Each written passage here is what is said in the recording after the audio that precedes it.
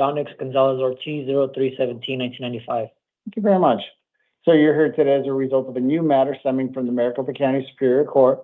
It is for allegedly one count of possession of dangerous drugs, one count of possession of narcotic drugs, both as Class 4 felonies, one count of unlawful flight as a Class 5 felony, one count of possession of drug paraphernalia as a Class 6 felony, two counts of DUI, both as Class 1 misdemeanors, and one count of reckless driving as a Class 2 misdemeanor.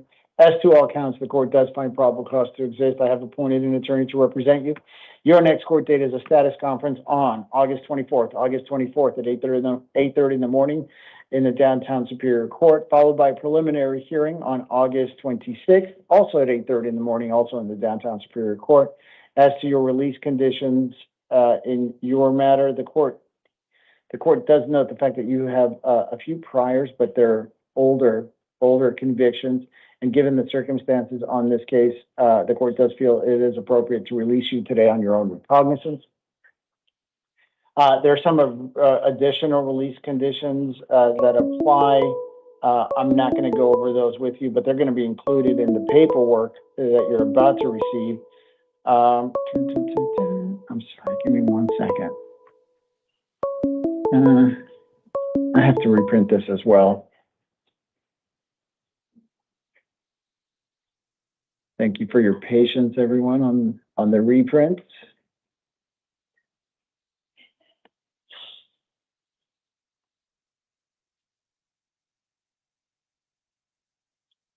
You're still getting out OR. I just found a typo, so I had to amend that. But all right, so your paperwork will be catching up with you, and it will include all my orders and all of your release conditions. If I can have you step to your left, and they'll bring it to you. Oh, thank you, sir.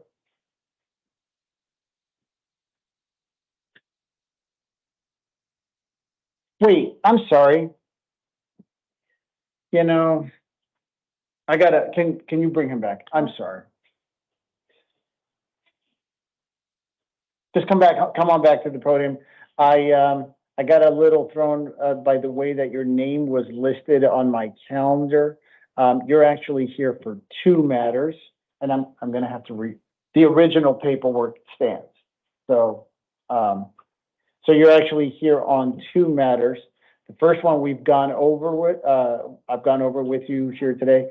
The second one is a probation violation matter from the Maricopa County Superior Court for a Class 6 felony. I have appointed an attorney to represent you in this matter. It's number 33 on the calendar. Your next court date is a probation revocation arraignment and possible disposition hearing on August 13th at 8:30 in the morning in the downtown Superior Court. As to this matter, it's a probation matter, and it is alleged that you have violated term 1 of your probation. Term 1 on everyone's probation is not to commit new offenses while on probation. And the first case that we talked about is those alleged offenses. But overall, I think you were doing okay on probation. Okay. And as a result, I'm going to be releasing you on the first matter. I'm also going to be releasing you OR on your second matter as well. Again, there are additional release conditions that apply. I'm not going to go over those with you, but just make sure as to both matters that you contact your probation officer within 72 hours of your release. All right. Now, please step to your left. I won't call you back. I do not. Okay. I do not. All right, Kyle White, please, to the podium. Arlie Rich to the chair next to the door.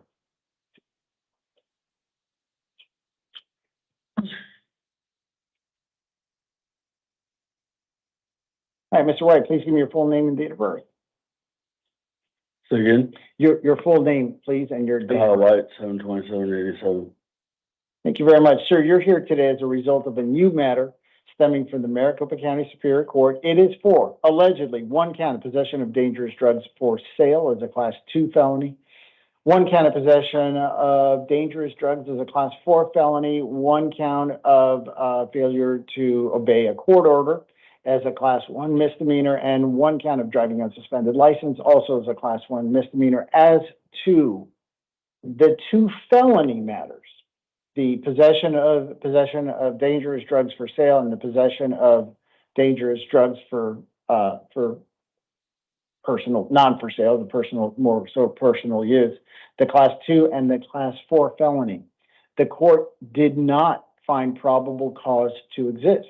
As such, I cannot hold you on those 2 counts. The court did find probable cause to exist as to the 2 misdemeanor offenses, however. Now, that doesn't mean that the 2 felony counts are dismissed. It just means that based on the evidence that I've gotten so far, I was not able to find probable cause. You have to show up to your next court date to find out if, in fact, those 2 felony counts are going to be dismissed, or they are going to be, there's going to be new information that allows them to move forward. With that said, if I haven't already said so, I have appointed an attorney to represent you. Your next court date is a status conference on August 24th. August 24th, followed by a preliminary hearing on August 26th, both at 8:30 in the morning, both in the downtown Superior Court. Again, the fact that I was not able to find probable cause in the 2 felony matters, I am going to be releasing you on your own recognizance here today. Just make sure that you show up to court on your own on August 24th. There are some additional release conditions that apply that I'm not going to go over with you here today. They're all going to be included in the paperwork that you're about to receive. If I can have you step to your left, please. All right. Arlie Rich, please, to the podium. Paul Cabrera, to the chair next to the door.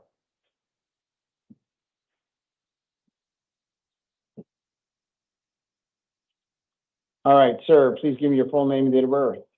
Arlie Rich, 9/26/68. Thank you very much. Sir, you're here as a result of a new matter stemming from the White Tank Justice Court. It's a Justice Court matter, not a Maricopa County Superior Court matter. It is for, allegedly, 1 count of reckless driving as a Class 2 misdemeanor and 1 count of driving in excess of speed of over 20 miles an hour as a Class 3 misdemeanor. As to both counts, the court did find probable cause to exist. I have appointed an attorney to represent you. Your next court date is an arraignment hearing on August 25th. August 25th at 9:30 in the morning, again in the White Tank Justice Court, the address of which is going to be in the paperwork you're about to receive. As to your release conditions in this matter, given the totality of the circumstances and the fact that the court wasn't able to find any prior felony convictions on you, I am going to be releasing you on your own recognizance here today. Just make sure you show up to court on August 25th. There are some additional release conditions that apply. I'm not going to go over those with you here today, but everything's going to be included in the paperwork that you're about to receive. If I can have you step to your left, please.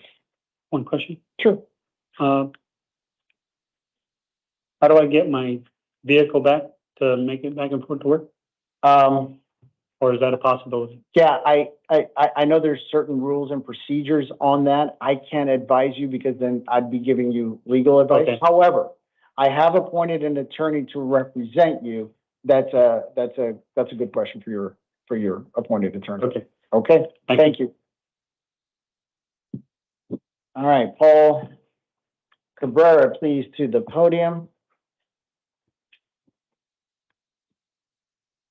Do I need that, All right, sir, please give me your full name and date of birth. Juan Cabrera, 32086. All right, sir, you are here today as a result of a fugitive of justice warrant stemming from the state of California.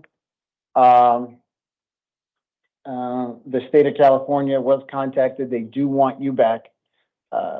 Before coming to the podium, did you get a chance to review a laminated card that was given to you? Yes.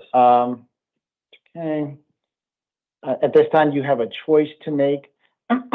You could either choose to waive your right to an extradition hearing and then be sent back to your requesting state within 30 days. That 30 days will start tomorrow, as long as you do not have any pending criminal matters in the state of Arizona. Otherwise, you can choose to request an extradition hearing and that a governor's warrant be signed by the governors of both states prior to you going back to the state of California. If you choose if you choose to have an extradition hearing, you may be held non-bondable in the Maricopa County jail, depending on what your offenses were, and we're going to discuss that here momentarily in the state of California. I will give you your next court date regarding that extradition hearing if that's what you want to have. I will not be able to appoint an attorney to represent you because extradition hearings in general are civil in nature. However, you can hire a private attorney on your own if you so wish.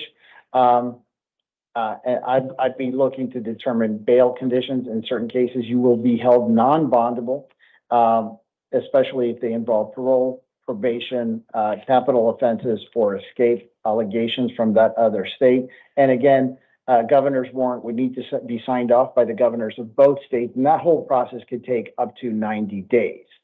If you choose not to have a hearing, again, that 30 days will start tomorrow, and you would be just held non-bondable in the county jail until either, until the state of California sends somebody to get you. At this point, what would you like to do? I'll waive my rights. Waive your right to a hearing. All right. All right. I still have to, now I'm going to go through the whole thing all over again. And just to know that what you're waiving and what you're giving up, just to affirm all of that. All right. I understand that at this time, that you want to waive your right to an extradition hearing. I need to ask you a few questions. Again, I know we covered some of this already. You did read the waiver of extradition paperwork provided to you prior to coming to the podium? Yes. Okay. Do you understand that you don't have to sign the paperwork waiving your right to a hearing? Yes. Do you understand that you have a right, if you so want it, to an extradition hearing? Yes. Do you understand that you have a right to hire an attorney at your own cost and expense if you want? Yes. Do you understand that you have a right to demand that a governor's warrant be signed by the governors of both states before you are returned back to the state of California? Yes. Do you understand that you have a right to bail unless it is for one of the non-bailable offenses that I talked to you about? Yes. Do you understand, do you want to give up those rights and sign the paperwork? Yes. Has anyone threatened you or promised you anything to get you to sign the paperwork? No. Have you had any drugs, alcohol, or medication in the last 24 hours that would affect your ability to understand what's going on here? No. All right, with all that said, I find that you knowingly, intelligently, and voluntarily are signing the waiver. I'm also going to sign it as well. I'm directing the sheriff's office to notify the requesting state that you're ready to return. The requesting state will have 30 days from tomorrow to pick you up unless there are local charges pending. If there are local charges pending, that 30 days will not start until the conclusion of those matters. All right, with that said, you're going to get instructions from my clerk. Oh. Yep. Go ahead, it's right. Perfect, you're gonna sign one more, hold on.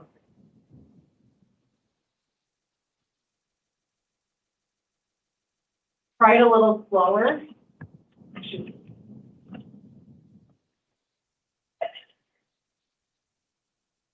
Okay, and now you're gonna sign one more time, same thing. No. Yep.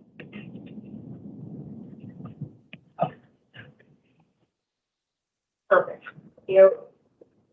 All right, thank you very much. Your paperwork will be catching up with you. If I can have you, you're already on your way. Cut to your left. Thank you. And with that said, may I have Michael Ticino to come to the podium, please?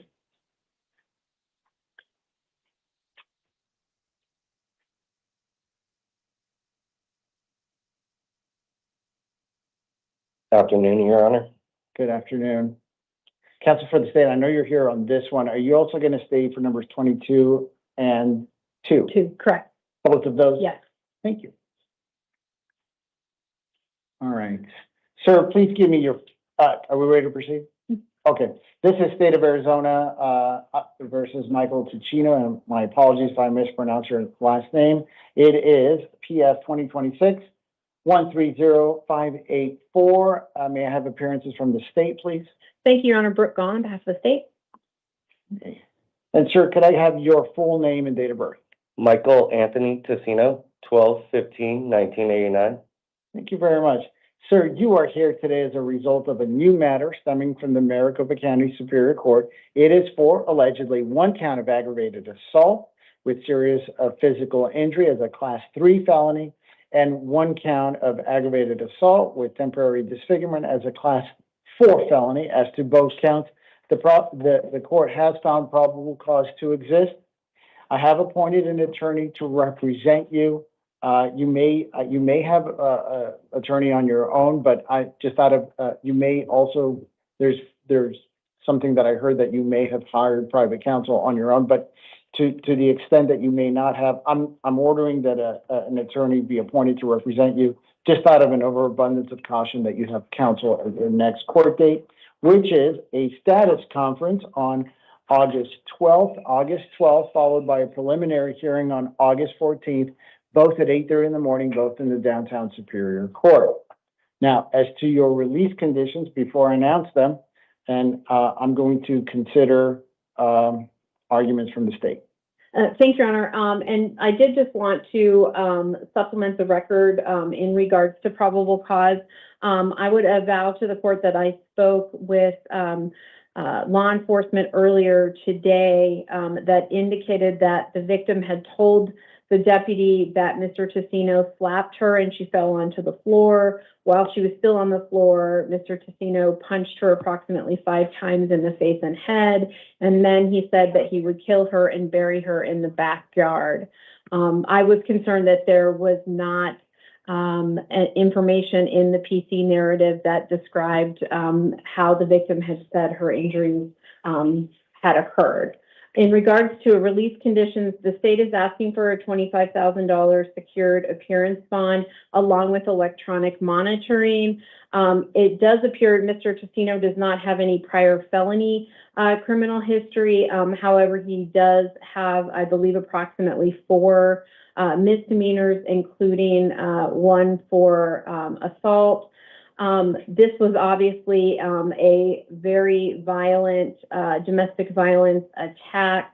I've already discussed the physical allegations against Mr. Tessino, as well as the verbal threats that he made to kill the victim. The victim suffered a facial fracture and a ruptured eardrum, and she required medical treatment. When law enforcement arrived at the location, Mr. Tessino was attempting to clean up the victim's wounds. We believe that he is a significant safety risk, given again the extent of the violence inflicted upon the victim and the verbal threat to kill her. Thank you. Thank you. With that said, and for the reasons stated by the state, I also find the same or similar reasons, the punching, the facial fractures, the ruptured eardrum, the threat to kill and bury, those are very concerning to the court. With that said, I am going to be imposing a secured appearance bond in the amount of $25,000, along with an electronic monitoring device order. That is, if you are able to post the $25,000 secured appearance bond, I'm going to order that you be outfitted with an electronic monitoring device prior to your release from custody, also known as an ankle bracelet. There are some additional release conditions that apply. I'm going to go over a few of those with you here today. You're not to reach into the scene of the alleged crime.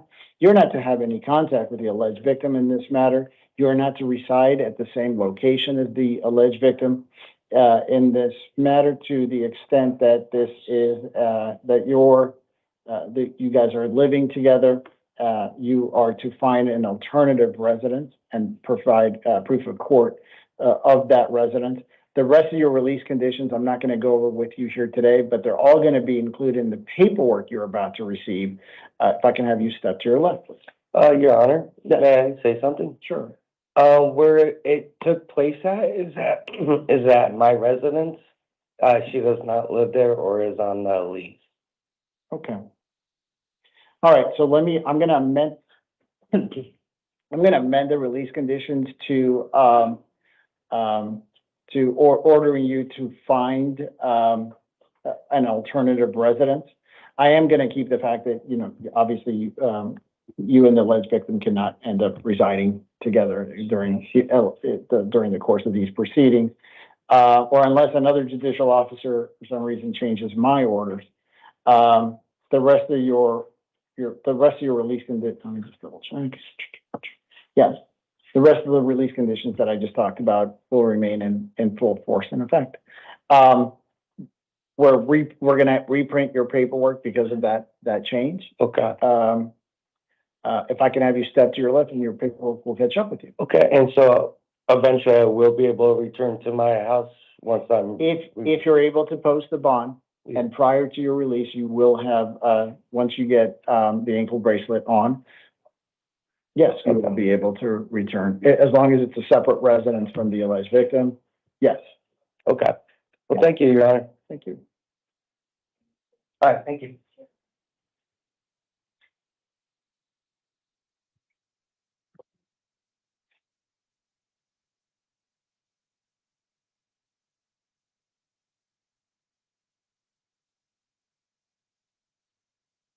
Officers, is it possible, I'm gonna call number 22 next. Is it possible to clear everyone out except 22 and then just leave number 2 outside on standby?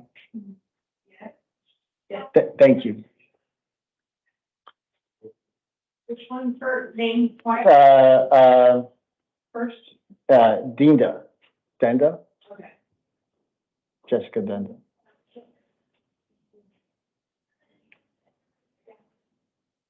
Counsel for the state, I should have asked, did you care which order we took? No. Okay.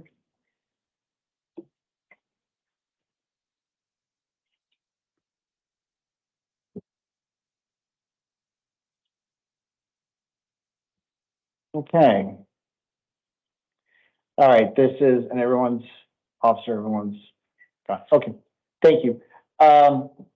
This is State of Arizona versus, this is State of Arizona versus Jessica Denda. My apologies if I mispronounced your name. PS 2026-130592. Can I have appearances, please, from the state? Thank you, Your Honor. Brooke Gahn on behalf of the state. Thank you very much, Ms. Gahn. Ma'am, could you please give me your full name and date of birth? Jessica Marie Diana, And your date of birth? July 21st, 1993. Thank you very much. Ma'am, you're here today as a result of a new matter stemming from the Maricopa County Superior Court.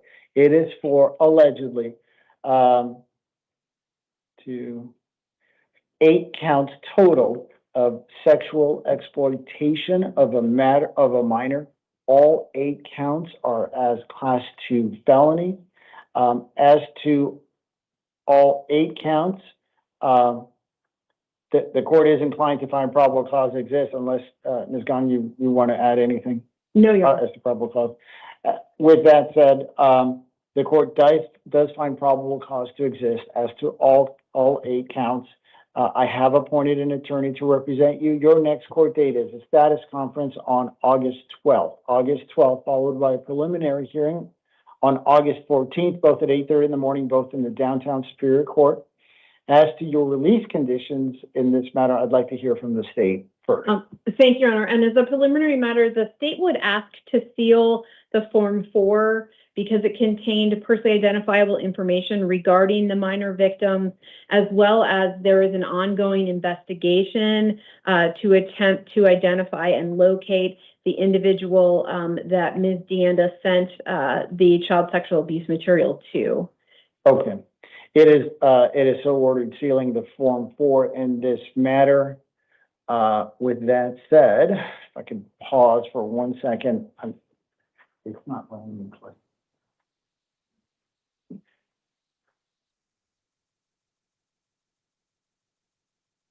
I'm pausing due to a technical difficulty. I'm trying to click the the box that says sealed, and just.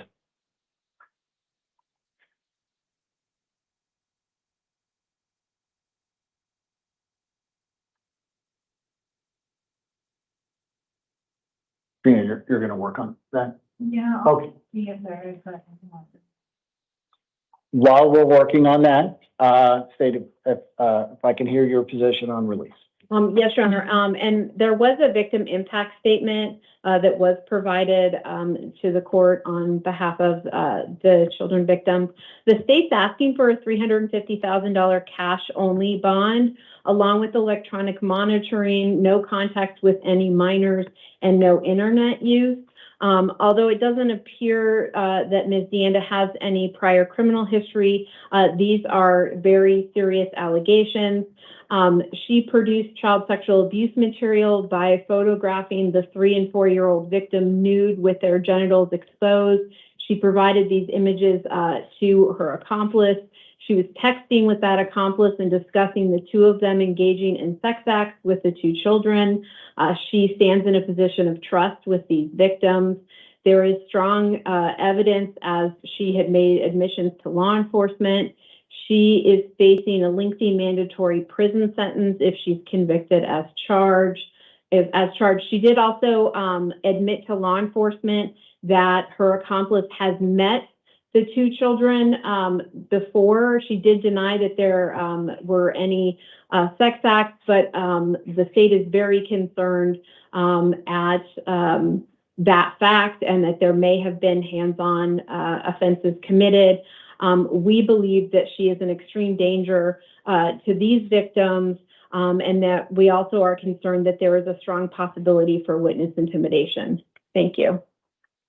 Thank you. Thank you, State. The court does mirror those, the concerns that the state mentioned as its own prior to the state even mentioning them. The fact that the alleged victims are 3 and 4 years old is a major concern and the allegation surrounding that is a major concern to the safety of the victims and to the nature of the charge overall.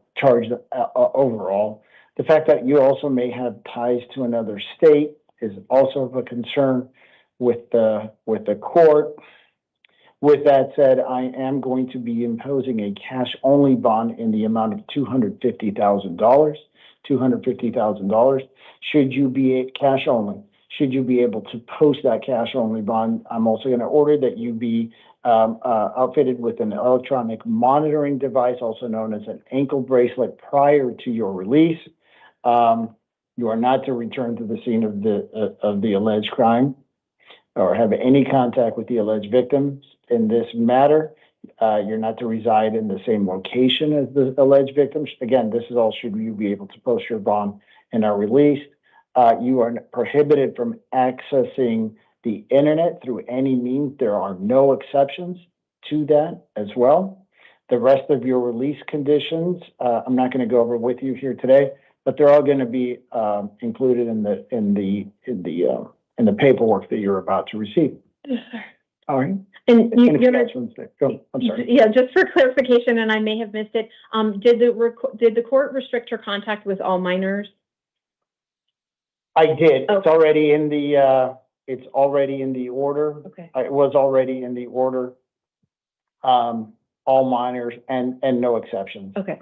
Thank you. As well, and I was able to successfully click on the sealed box, sealing this Form 4 as well, and that's going to be reflected in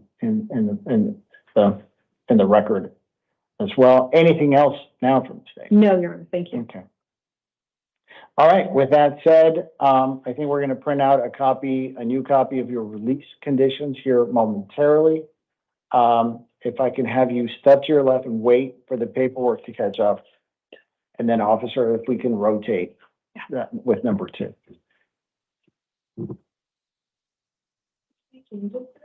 I did, including I was able to place the Form 4 seal.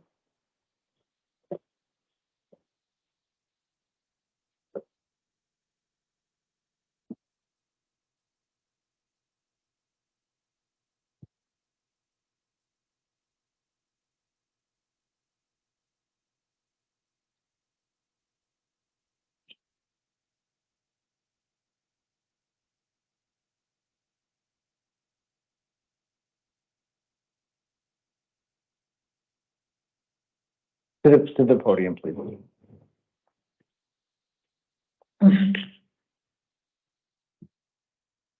All right, this is, State of Arizona versus Mia Coleman. It is PF 2026-130585. Appearances from the state, please. Thank you, Your Honor. Brooke Gone, on behalf of the state. Thank you very much. And ma'am, could I have your full name, date of birth? Mia Coleman, December 17, 2004. Thank you very much. Ma'am, you're here today as a result of a new matter stemming from the Maricopa County Superior Court. It involves two counts, allegedly, of child sex trafficking by means of transport, and then 2 counts of child sex trafficking, also providing means of doing same. As to all 4 counts, the court did find probable cause to exist. I have appointed an attorney to represent you. Your next, I'm sorry, unless the state wanted to be heard on probable cause. No, Your Honor. Okay. Your next court date is a status conference on August 12th, followed by a preliminary hearing on August 14th, both at 8:30 in the morning, both in the downtown Superior Court. As to your release conditions in this matter, I'd like to hear from the state first. Thank you, Your Honor. The state's asking for a $150,000 cash-only bond, along with electronic monitoring, no contact with any minors, and no internet use.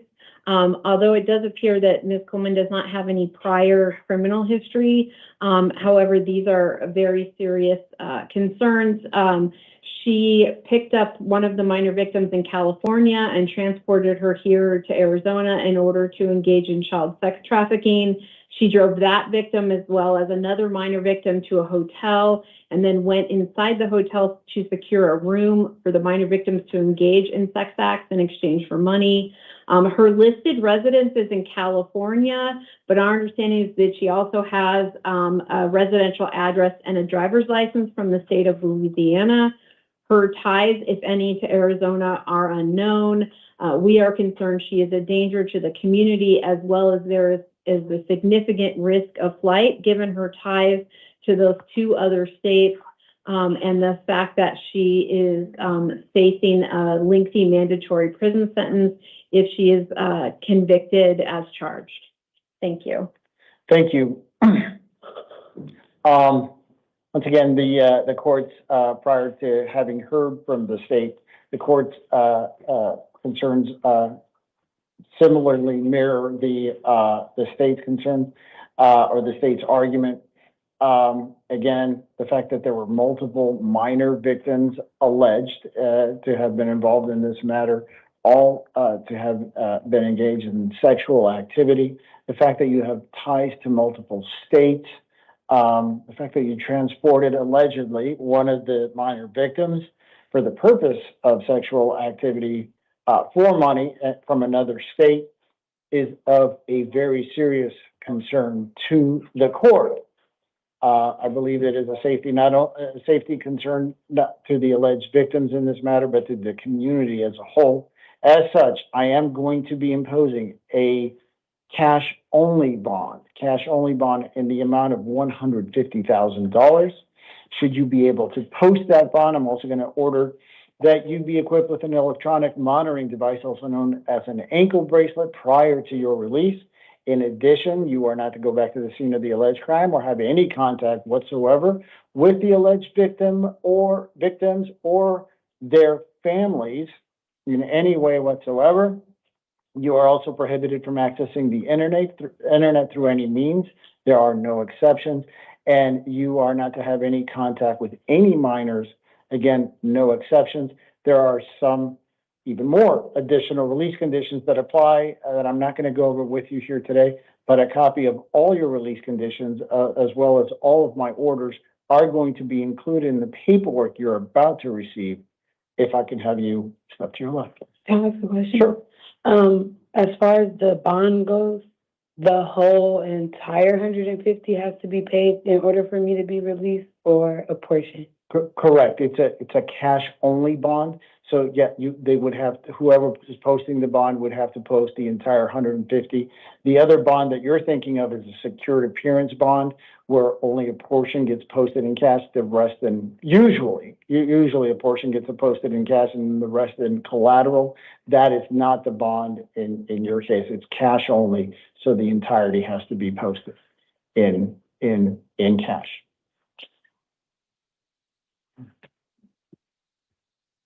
Maybe future. Thank you very, there's nothing else? Nope. Yes, Ms. Grant. Thank you. you. Thank you for attending here today. All right, there are two other individuals, 3 cases total remaining on the calendar. Both individuals are house calls. The first is number 11 on the calendar. It is Gabrielle Gray. She's here as a result of a new matter stemming from the El Mirage Municipal Court for allegedly 1 count of assault, 1 count of disorderly conduct, and 1 count of criminal damage. All 3 counts as Class 1 misdemeanors. As to all 3 counts, the court does find probable cause to exist, given the nature of the offense and the jurisdiction that it's in. Ms. Gray is not eligible for court-appointed counsel. However, I will advise her she could hire a private attorney on her own to represent her. I will advise her that her next court date is an arraignment hearing on August 25th at 8:30 in the morning, and again in the El Mirage Municipal Court. And the fact that she has no priors and no FTAs in this or any other court is inclined to release her today on her own recognizance. I will also advise her that upon her release, she is not to return back to she's not to return to the scene of the alleged crime or have any contact with the alleged victims in this matter. She's also not to reside at the same location as any of the alleged victims. With that said, the court is also going to order no contact with, I need to reprint this. The court is also going to order that she find an alternative residence to stay, and she will be allowed 1 civil contact, 1 civil standby order. As to the second individual, Andre Flores, he's here on 2 matters, number 21 and 32, respectively. Number 21 is a new matter stemming from the Maricopa County Superior Court for allegedly 1 count of possession, misconduct involving weapons is a Class 4 felony, 1 count of possession of narcotic drugs is a Class 4 felony, 1 count of possessing a defaced weapon is a Class 6 felony, 1 count of aggravated assault is a Class 6 felony, 1 count of assault and 1 count of criminal damage. The assault charge, 2 counts of assault as both as Class 1 misdemeanors, and 1 count of criminal damage is a Class 2 misdemeanor. As to all counts, the court did find probable cause to exist. I have appointed an attorney to represent him. I will advise him that his next court date is a status conference on August 12th, followed by a preliminary hearing on August 14th, both at 8:30 in the morning, both in the downtown Superior Court. As to his release conditions, in this matter, the court is imposing is inclined to impose a secured appearance bond in the amount of $15,000, given the fact that he has 1 prior felony conviction and is on probation for the same. The court has taken into consideration the fact that there are multiple victims in this matter, both of which are involved in domestic violence related offense, and that he allegedly struck the victim multiple times with a closed fist and caused injury to the victim. The court is concerned with the danger of the safety of the victims as well as the community as a whole, and the fact that the victims had to run out of their own house to get to safety. With that said, number 32 on the calendar is Mr. Flores' second matter. It's a probation violation warrant for a Class 6 felony. I have appointed an attorney to represent him in this matter as well. I will advise him that his next court date is a probation revocation arraignment possible disposition hearing on August 13th at 8:30 in the morning in the downtown Superior Court, as it is alleged that he has violated term 1 of his probation, and term 1 being the other matter that I previously stated. And as such, the court is inclined to impose a secured appearance bond in the amount of $2,500. I will advise Mr. Flores that as to both counts, should he be able to post bond, there are additional release conditions that apply, including that he contact his probation officer within 72 hours of his release. Those additional release conditions apply to Ms. Gray's matter as well. One release condition that I will emphasize to Mr. Flores is that he definitely contact his probation officer within 72 hours of release. That is separate from Ms. Gray's matter, in which she is not on probation. If after visiting these individuals as part of a house call, my inclination changes, that change will be reflected in a separate writing, as I will not go back on the calendar on this for these matters. With that, we are adjourned as to the 11 o'clock IA calendar.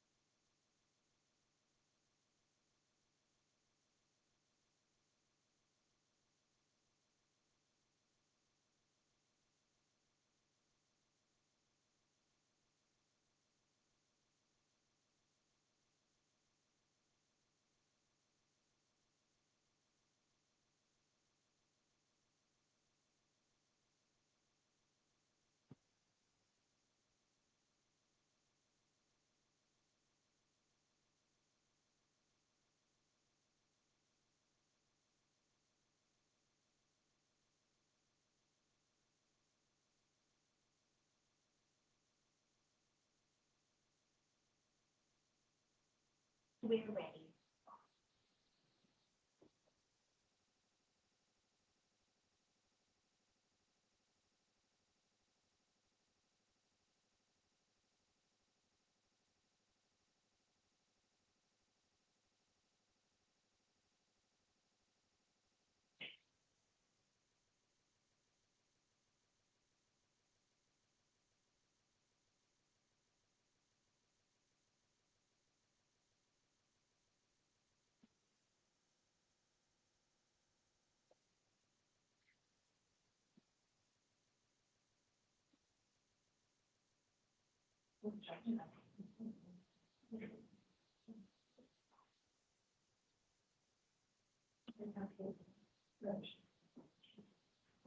All right.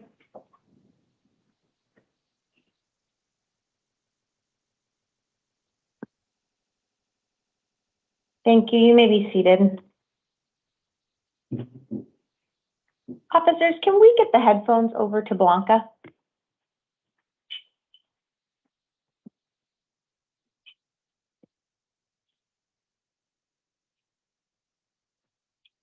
Thank you, Commissioner. Of course. Thank you for being here. We're just handing those to her and then we'll get started. Right. Good afternoon. This is the time set for the 2 p.m. initial appearance calendar on August 7th. The court's orders for the taking of DNA and fingerprints that were given on the first calendar of this month shall apply to all matters on this calendar. I will be calling you each one at a time to the podium. I'll provide a second name to sit in the chair outside of this room. I will let you know what you are here for, if I have appointed an attorney, if you have a bond, and what your release conditions are. Next, we will go over the victim's rights advisement. If you are the victim of a crime with a case pending before this court, you are advised that you have rights under Arizona law that, among others, include the right to be treated with fairness, respect, and dignity, to a speedy trial, to be present at court proceedings, to choose whether or not to be interviewed by the defendant or the defendant's attorney, to be heard before the court makes a decision on release, negotiation of a plea, scheduling and sentencing, and to receive restitution from a person who is convicted of causing you loss. If you have not already been provided with a written statement of all victims' rights, please contact the Victim Services Division of the Prosecutor's Office. If we could start with Blanca to the podium. And Dante Johnson to the chair.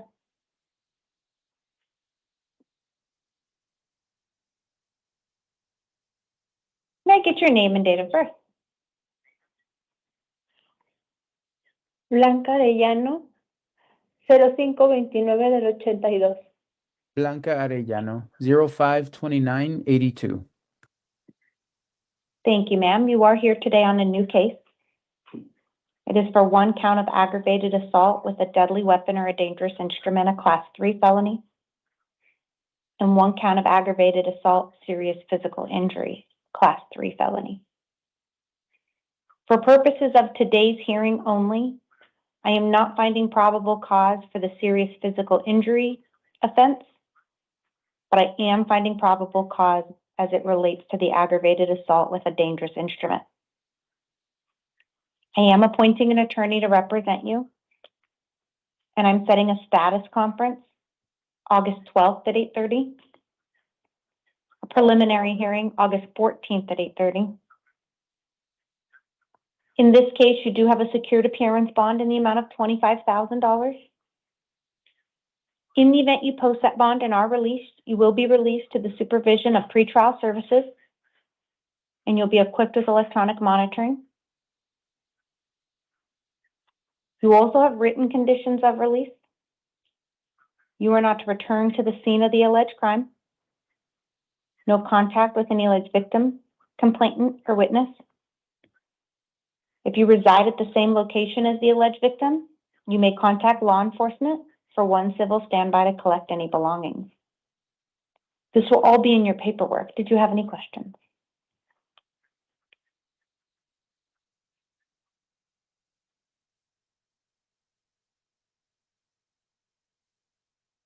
¿Puede ser hoy? Recoger las cosas. No tengo nada. Me sacaron sin llaves, sin dinero. Can No tengo I cómo regresar. can I go back there today? I mean, I don't have they kicked me out. I don't have anything. I don't have keys. I don't have anything. I believe you live there with the alleged victim. Is that correct? Sí, correcto. Era mi esposo. Es mi Yes, esposo. correct. He was my husband. Well, he is my husband. So you cannot return to that location during the pendency of this case. If you need to collect some of your belongings, you need to make sure that you contact law enforcement, and they will meet you there for a civil standby to do that.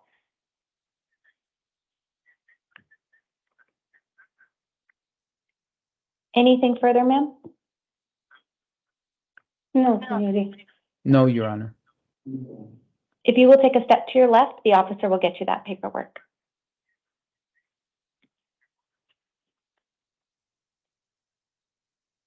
And Mr. Hernandez, do you mind making a general call to the gallery? I do not mind. Buenas tardes. Soy el intérprete para esta sesión. ¿Hay alguna persona más en la sala que necesita intérprete de español? Si es así, levante la mano ahora, por favor. All right, nobody has raised their hands. Thank you so much for being here and for your assistance today. You're welcome. Thank you. Can I have Dante Johnson to the podium? Daniel Kraus to the chair.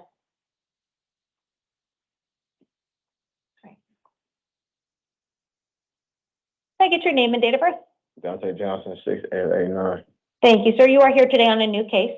It is for one count of narcotic drug possession and one count of dangerous drug possession, both Class 4 felonies.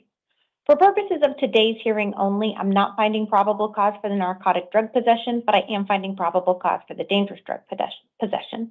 It doesn't mean the other charge is dismissed. I just don't have enough information for purposes of today. I'm going to appoint an attorney and give you some hearing dates. We have a status conference, August 12th at 8:30, a preliminary hearing, August 14th at 8:30, and an evidentiary hearing, August 14th at 1:30. At the time of this alleged offense, you were out on felony release for a different case, And because of that, you're not eligible for bond today. The time set to determine whether or not you're eligible for bond on your new charges is the evidentiary hearing scheduled for August 14th at 1:30. So what that means is you'll remain in custody until at least that time. Did you have any questions? No, ma'am. If you take a step to your left, the officer will get you that paperwork. Okay. Daniel Kraus to the podium. John Rentoul to the chair.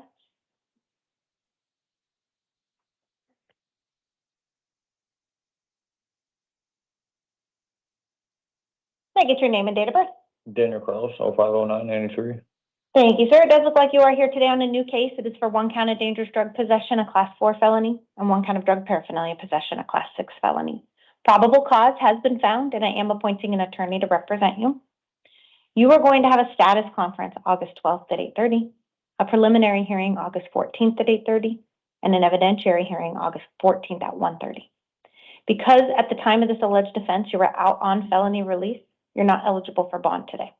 The time set to determine if you're eligible for bond on these new charges is your evidentiary hearing on August 14th at 1:30, so you'll remain in custody until that time. Did you have any questions, sir? No, ma'am. Okay, if you'll take a step to your left, the officer will get that paperwork for you. John Rentoul to the podium. Jazabel Hernandez to the chair.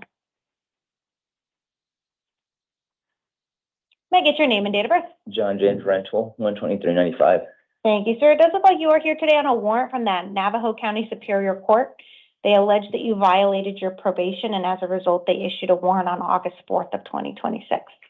I'm going to appoint an attorney and set a hearing in the Navajo County Superior Court, August 12th at 8:30. You are being held non-bondable on this case. Unbondable. You're non-bondable. So what that means is you'll remain in custody and they'll transport you to that hearing in Navajo County. Did you have any questions? So by the 12th, they'll transfer me out. They'll let Navajo County that you're ready to be picked up, and Navajo County will pick you up for your hearing. By the 12th. That they should be here by the 12th. Okay, so I can't get a bond. No, the warrant that was issued by Navajo County, they issued a non-bondable warrant on your probation violation. So when you talk to the judge in Navajo County who's hearing this case, they may issue, allow a bond or release you at that time. But the warrant that they issued on August 4th was with no bond. Anything further, sir? If you'll take a step to your left, the officer will get that for you. Jazbel Hernandez to the podium and Alfonso Mendeval to the chair. Hello. Can I get your name and date of birth? Jazbel Caseta, July 7th, 2006. Thank you, ma'am. You are here today on a new case. It is for 1 count of disorderly conduct involving a weapon or an instrument, a class 6 felony, and 1 count of discharging a firearm in city limits, a class 6 felony. Probable cause has been found, and I'm appointing an attorney to represent you. You have a status conference August 12th at 8:30 and a preliminary hearing August 14th at 8:30. In this case, you do have a secured appearance bond in the amount of $25,000. In the event you post that in our release, you do have written conditions. You're not to return to the scene of the alleged crime, no contact with any alleged victim, complainant, or witness, and you're not to possess any weapons. This will all be in your paperwork. Did you have any questions? I do not. Please take a step to your left and the officer will get that for you. Alfonso Mendeval to the podium and Alexander Smith to the chair.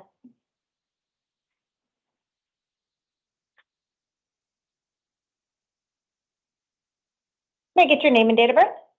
Alfonso Mendil, 11295. Thank you, sir. You are here today on 3 cases. They are all probation violation warrants with allegations that you violated terms 3, 5, 6, and 7. I'm going to appoint an attorney and set a probation revocation hearing August 14th at 8:30. In 1 case, you have a secured appearance bond of $500. The second case is $250, and the third case is $150. You have a total bond of $900. In the event you post that in our release, you do have written conditions. You're not to possess weapons or alcohol, and you must contact your probation officer within 72 hours. That'll be in your paperwork, sir. Did you have any questions? No. Please take a step to your left, and the officer will get that for you. Alexander Smith to the podium, Star Sotelo to the chair.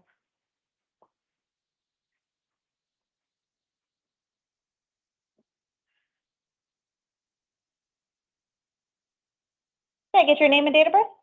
Alexander Smith, September 30th, 1997. Thank you, sir. You are here today on 3 cases. They are 3 probation violation warrants with allegations that you violated terms 3 and 5 of your probation. What is I'm that? gonna hold on, I'll give you an opportunity to ask questions in just a moment. I'm going to appoint an attorney to represent you and set a probation revocation hearing August 14th at 8:30.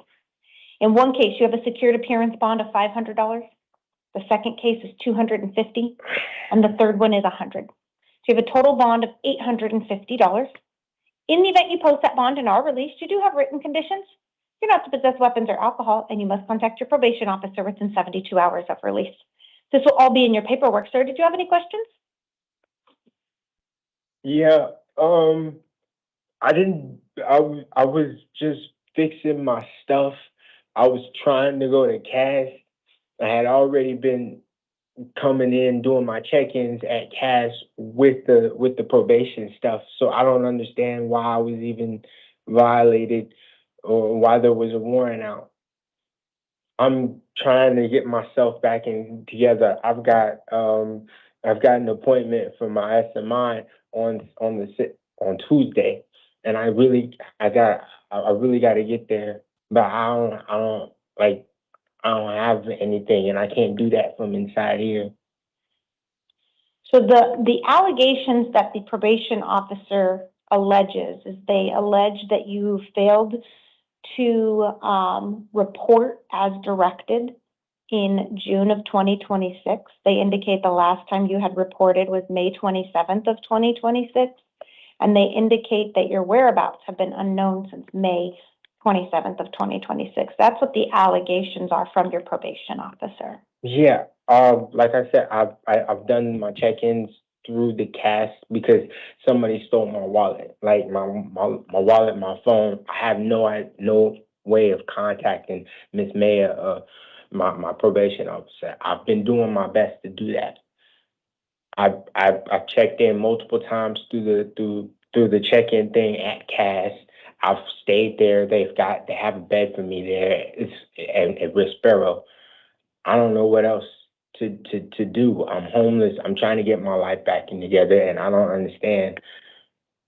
Like, I can vouch on multiple days where I went in past June. I was just there Tuesday, making sure that can you please send it to my probation officer because I need this. I really need this. So when you are at CAS and you say you check in, do they have a place where there's a probation officer there, or do they report it to your probation department? They have a place where there's a probation officer there. There's 3 probation officers there. They take down your information, they check you in, they say, you know what I'm saying, what have you. So like from my standpoint, I've done everything that I possibly can. So if I understand what you're saying, you haven't had the opportunity to check in with your assigned probation officer due to your circumstances, but you've checked in with a probation officer at the CAS office. Is that correct? Okay. And have you been given the opportunity to get a new phone so you can talk to your assigned probation officer? Literally, I just had one yesterday, right?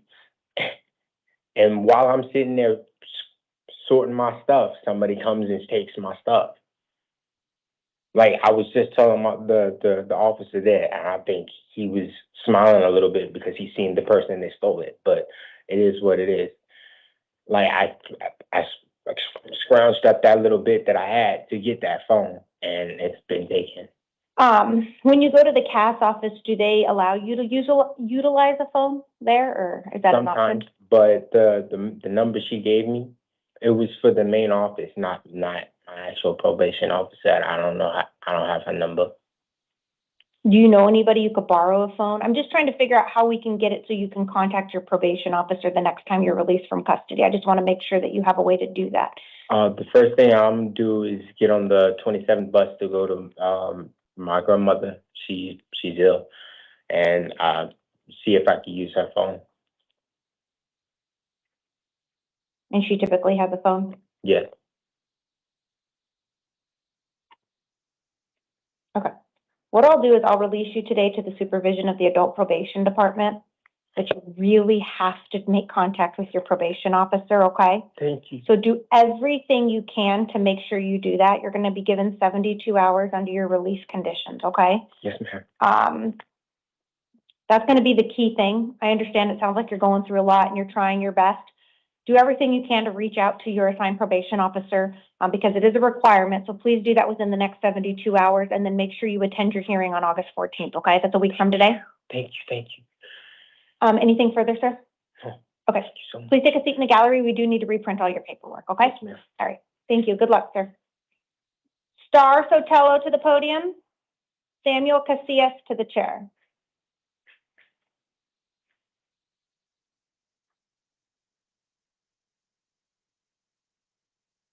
Can I get your name and date of birth?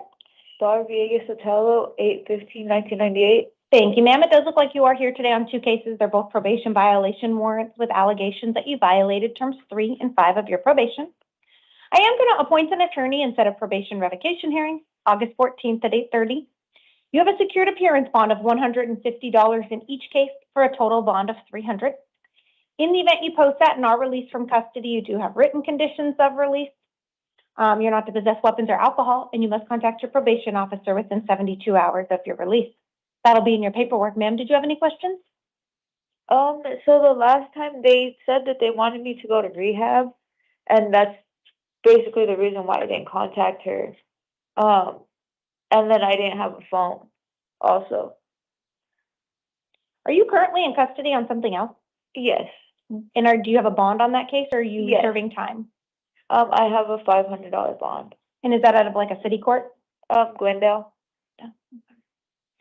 So because you're being held on a bond on another case, I can't release you on this case because what would happen is you would be held on your other case. You wouldn't get credit for time served and they wouldn't make you available for your hearings. Okay. So you would have to post the bonds in all of your cases in order to be released from custody. But if you do that, make sure you contact your probation officer within 72 hours, okay? Okay. All right, take a step to your left, the officer will get you that paperwork. Samuel to the podium. Mr. Sines to the chair. May I get your name and date of birth? Samuel Casillas, 12/7/78. Thank you, sir. You are here today on a probation violation warrant with allegations that you violated terms 3 and 5 of your probation.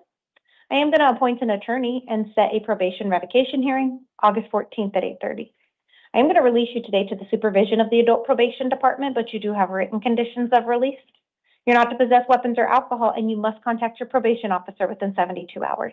Okay. That will be in your paperwork. Did you have any questions? So I'll be released today? As it relates to this case, yes, sir. Okay. Okay, if you'll take a step to your left, the officer will get that paperwork for you. All right, thank you. Mr. Sines to the podium and Ms. Bryson to the chair.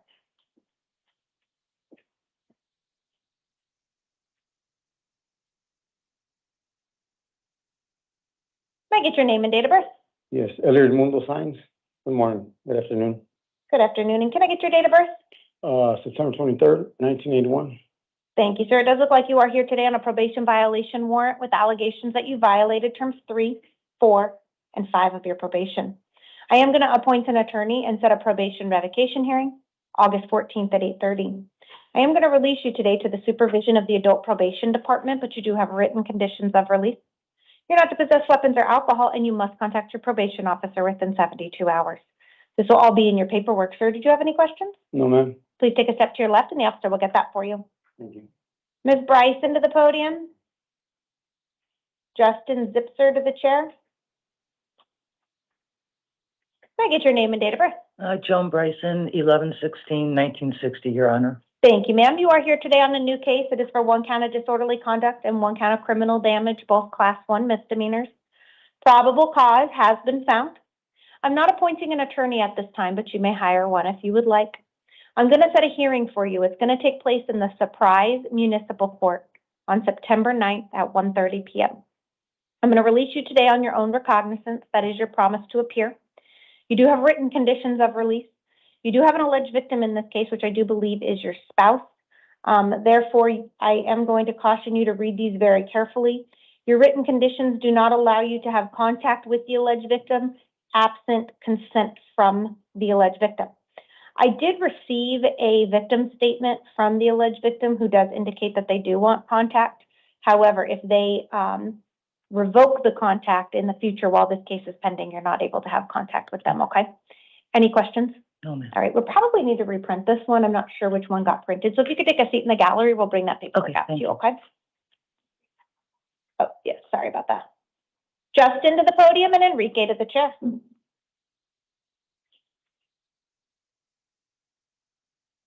May I get your name and date of birth? Right, I'm Justin Zipser, 12484. Thank you, sir. You're here today because a direct complaint was filed and a warrant was issued. It relates to an offense date of July 9th of 2025 for 1 count of narcotic drug possession and 1 count of dangerous drug possession, both class 4 felonies. I'm going to appoint an attorney and set a status conference August 24th at 8:30. Preliminary hearing August 26th at 8:30. I am going to release you today on your own recognizance. That is your promise to appear at these hearings, but you do have written conditions. You're not to possess or consume drugs without a valid prescription, and you're not to drive a motor vehicle without a valid driver's license. This will be in your paperwork. Did you have any questions? I just wanted to let you know, I did completed intensive outpatient, program for 3 months, for 3 days a week. And I haven't done drugs since that happened. And so I just wanted to let you know that I mean business. Like I took the necessary steps after I got the ticket and I did the program and I haven't done drugs since then. So I'm hoping you can be like a little lenient on me, because but you're letting me go today and then I have another court hearing, right? Right, and I do appreciate that, and I do hope you're able to keep up with your sobriety. That is a very big milestone. I am releasing you today. I won't be the judge that you see as it relates to the charges.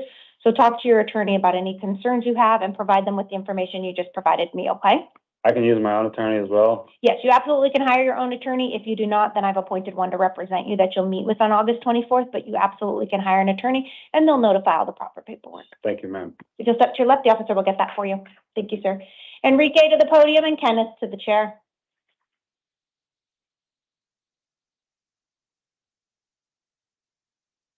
May I get your name and date of birth? Enrique Sanchez Garcia, January 8th, 1989. Thank you, sir. You're here today because a direct complaint was filed. It alleges an offense date of March 26th of 2026 for 1 count of narcotic drug possession, a class 4 felony. I'm appointing an attorney and setting a status conference August 24th at 8:30, a preliminary hearing August 26th at 8:30. I am going to release you today on your own recognizance. That is your promise to appear at these hearings, and you do have written conditions. You're not to possess or consume drugs without a valid prescription. You're not to drive a motor vehicle without a valid driver's license. That'll be in your paperwork, sir. Did you have any questions? No. Please take a step to your left and the officer will get that for you. Thank you. Kenneth Reed to the podium. Robert Irving to the chair. May I get your name and date of birth? Kenneth Reed, and it's February 28th, 2000. Thank you, sir. You are here today on a new case. It is for 1 count of exceeding the posted speed limit by more than 20 miles per hour, a class 3 misdemeanor. Probable cause has been found. I'm not appointing an attorney today, but you may hire one if you would like. You're going to have a hearing in the Kyrene Justice Court on August 26th at 9:30 in the morning. I'm going to release you today on your own recognizance. That is your promise to appear. You do have written conditions of release. You're not to possess or consume drugs without a valid prescription, and you're not to drive a motor vehicle without a valid driver's license. This will be in your paperwork, sir. Did you have any questions? Oh, man. Sorry, you just said that. All this stuff will be in the paperwork. Yeah, so everything I just told you will be in the paperwork, including the date, time, and location. Perfect. Okay. Thank you. If you'll step to your left, the officer will get that for you. Thank you, sir. Robert to the podium.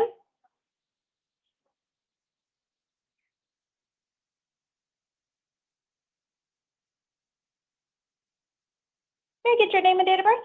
Robert Earl Irvin Jr., 11/27/64. Thank you, sir. It does look like you're here today because a warrant was issued from the state of Florida. They allege that you violated your probation, and as a result, they have issued this warrant and they want to extradite you back to Florida to address this warrant that has been issued. Did you get an opportunity to review the laminated card that was given to you? Not the whole thing. Did you need some more time to go over that? Because I'm going to give you some options today, but you need to make sure you've had an opportunity to review that. I think there was a mistake made here, because I don't. When you indicate there's a mistake made, what do you mean by that? What a probation violation. And when you say that, do you mean you don't believe a warrant issued, or you believe we have the wrong person? I believe they made a mistake accusing me of violating. Okay, I understand. You will have to take that up with Florida. We did contact them to confirm that it was a valid warrant, and they did indicate it is a valid warrant, and they want to extradite you to Florida as it relates to this warrant. So you're going to have options today. You have two options. Your first option is you can say, yes, Florida, I'm ready to be taken back. You can come pick me up, and you'll be taken to Florida. If you were to do that, you would be given Florida 30 days to come pick you up. You would be held non-bondable here in the Maricopa County Jail while you give them an opportunity to do that. That 30 days would start tomorrow, so long as you don't have any pending cases here in the state of Arizona. If you have any pending cases, then the 30 days does not start until the conclusion of your pending charges. In the alternative, you have the right to demand that the governor of both Arizona and Florida sign a governor's warrant demanding that you be returned. That process takes about 60 to 90 days. If you would like to do that, I would set a hearing here in Maricopa County on August 17th at 1:30 in the afternoon. That hearing is civil in nature, meaning I cannot appoint an attorney to represent you in that hearing, but you could hire a lawyer if you would like. In that case, because it is a probation violation warrant, you would be held non-bondable. So either option, you will be held in custody during the pendency of this. So your options are to say, yes, Florida, you can come pick me up, or no, I don't believe that this is correct, and I want to demand that the governors of both states sign a warrant before I am returned. Yeah, I don't see where they said I violated at all. Is our courtroom cleared? Okay. The only indication they give in this violation is they indicate that it's a sex offender violation related to failing to register every 6 months. No, because it was the 4th of July. So I registered on the 6th because there was a holiday. So I went down there and registered on the 6th. Again, that's something you're going to have to take up with Florida. Your case is not being heard here in Arizona. The only issue for us to decide is whether or not you are willing to be extradited back to Florida, or if you want me to set that hearing here in Maricopa County on August 17th at 1:30. The hearing will be here It'd be here in Maricopa County, instead of Florida. Correct. If you don't waive your rights, the hearing that I would set would be here in Maricopa County on August 17th at 1:30. If you waive your rights and say, yes, Florida, pick me up, then you would wait to be transported to Florida, and then your hearing would be there.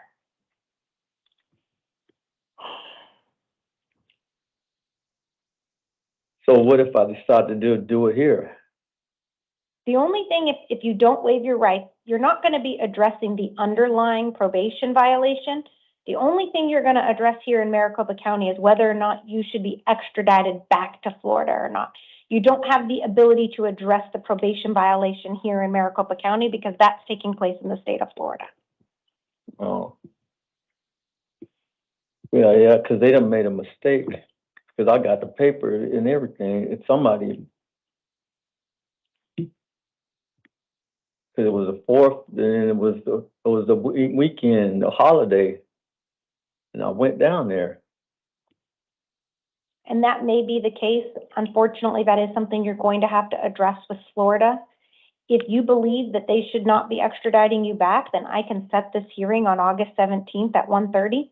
You will remain in custody during the pendency of that, but you could contact a lawyer or Florida to see if you could get that resolved. Once you waive your rights, you will not have any future hearings here, and you would just be waiting in custody for them to come pick you up.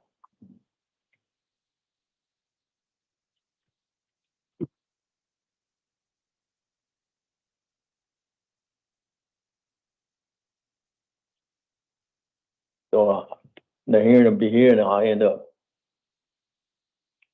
arguing my case, my point. No, because it's going to be in Florida. To address the underlying issue of the probation violation, that has to be done in Florida. If you want to address the issue of whether or not you should be taken back and extradited to Florida, that would take place here in Maricopa County.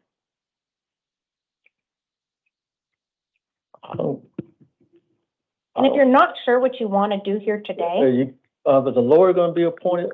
it will not be appointed. And that's because the issue of whether or not you should be extradited back to Florida is a civil proceeding, and I can't appoint an attorney to represent you in a civil proceeding. What I can say is oftentimes there is an attorney sitting down there at these hearings that you can ask questions to, but they don't represent you, and there's no guarantee that they'll be there. So if you wanted to speak with an attorney and have them represent you, it would be your responsibility to hire that attorney.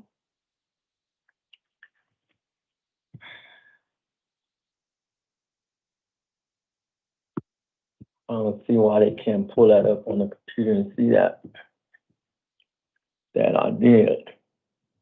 Well, again, that would be an issue for Florida. I don't have any of your underlying information. I just have the note that Florida issued a warrant, and we contacted them today to confirm that it was still valid, and they said it was, and that they wanted to extradite you, and that was as of today.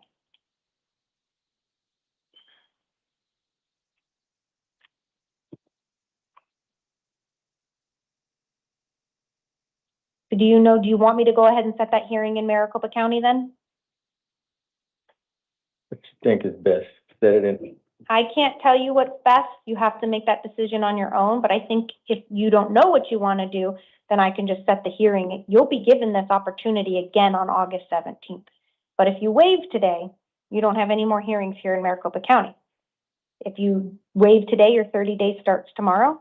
If you don't waive today, then your 30 days does not start until either you waive or a governor's warrant is signed. So the 17th, I'll have a choice to make it again if I want. Exactly. They'll give you this opportunity again. I think I'm gonna wait until the 17th, and then I'll decide again if I want to waive it. I mean, for it to go to Florida. That makes sense.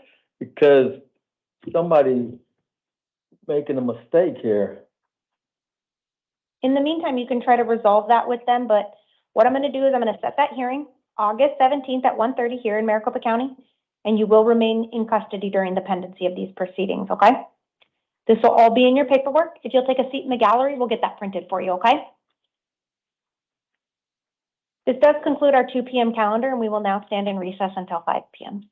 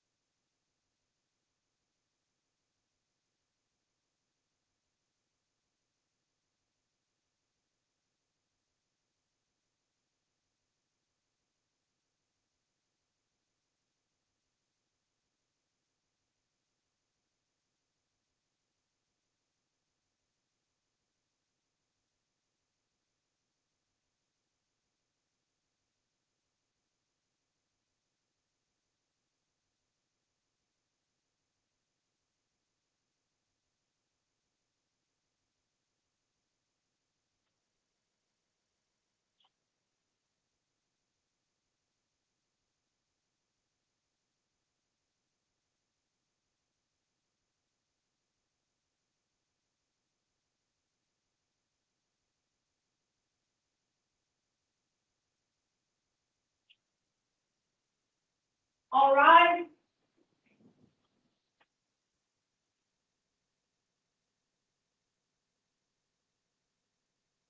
Thank you. Please be seated.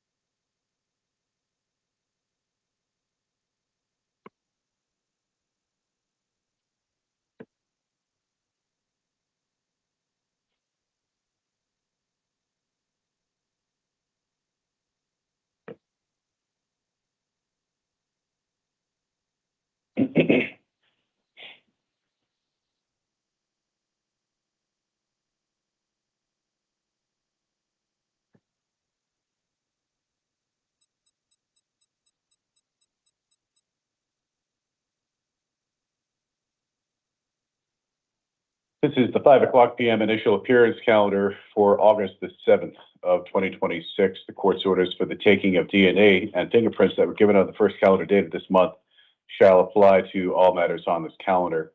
I will now read the victim's rights advisement. If you are the victim of a crime with a case pending before this court, you are advised that you have rights under Arizona law that, among others, include the right to be treated with fair respect and dignity, to a speedy trial, to be present in court proceedings, to choose whether or not to be interviewed by the defendant or the defendant's attorney, to be heard before the court makes a decision on release, negotiation of a plea, scheduling and sentencing, and to receive restitution from a person who's convicted of causing your loss. If you have not already been provided with a written statement of all victims' rights, please contact the Victim Services Division of the Prosecutor's Office. Ladies and gentlemen, we're here today for an initial appearance calendar. What that means is that you're going to hear a little bit more about the allegations against you, whether or not you've been appointed counsel, next court dates, and your release conditions. As I call you forward, please approach the podium that is in the center of the courtroom over here. If you are next, please sit in the chair that is next to the front door of the gallery right over there. We'll begin with numbers 3, 4, 5, and 6 on our calendar. Anthony Benedetto to the podium, please. Number 8 on our calendar, Lance Johnson to the chair, please.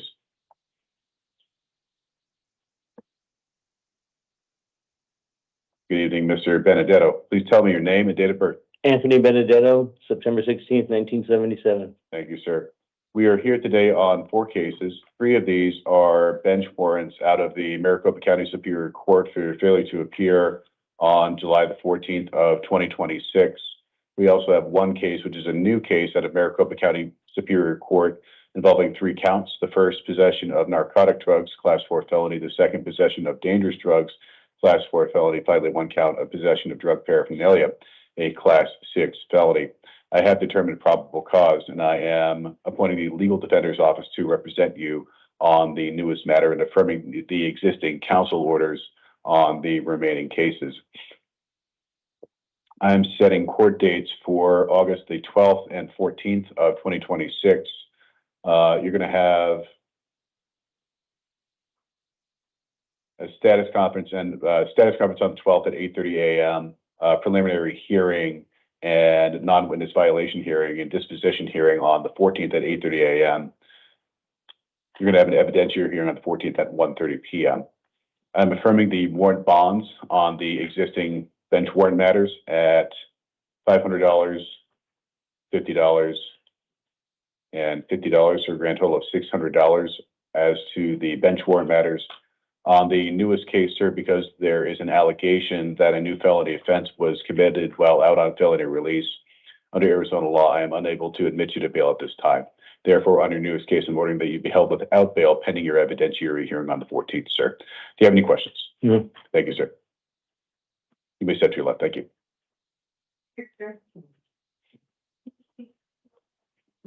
Number 8 on our calendar, Lance Johnson to the podium, please. Number 12 on the calendar, Oren Esquivel to the chair, please. And good afternoon, Mr. Johnson. Good afternoon, Your Honor. And please tell me your name and date of birth. Lance Shea Johnson, February 17, 1985, Your Honor. Thank you, sir. We're here today on a new case, sir. There are 4 counts alleged. The first, threatening or intimidating, a Class 3 felony. There's 1 count of assisting a criminal street gang, a Class 3 felony, 1 count of threatening and intimidating damage to property, a Class 3 felony, 1 count of disorderly conduct, a Class 1 misdemeanor. I have determined probable cause, and I'm appointing the Public Defender's Office to represent you. I'm also setting court dates for August the 12th and 14th of 2026 at 8:30 in the morning at the downtown Superior Court complex. Under the Arizona Constitution, sir, you are eligible for bail, setting your bail at $10,000. That is a secured appearance bond. If you post bond, you'll be released subject to release conditions, including pretrial supervision through the Pretrial Services Agency. You're going to get some additional paperwork with your release conditions, telling you how to get into contact with them. You're going to have to get into contact with them within 72 hours of being released. They're going to try and keep you on track with attending your court dates and complying with additional release conditions, including no returning to the scene of the alleged crime, no victim contact, no weapons, no drugs without a valid prescription, no alcohol, no driving a motor vehicle without a valid driver's license. Other release conditions will be put into writing, be provided to you, sir. Do you have any questions? That'd be it, Your Honor. I'm sorry? I said, that's it, Your Honor. Thank you. All right, thank you very much. You may step to your left.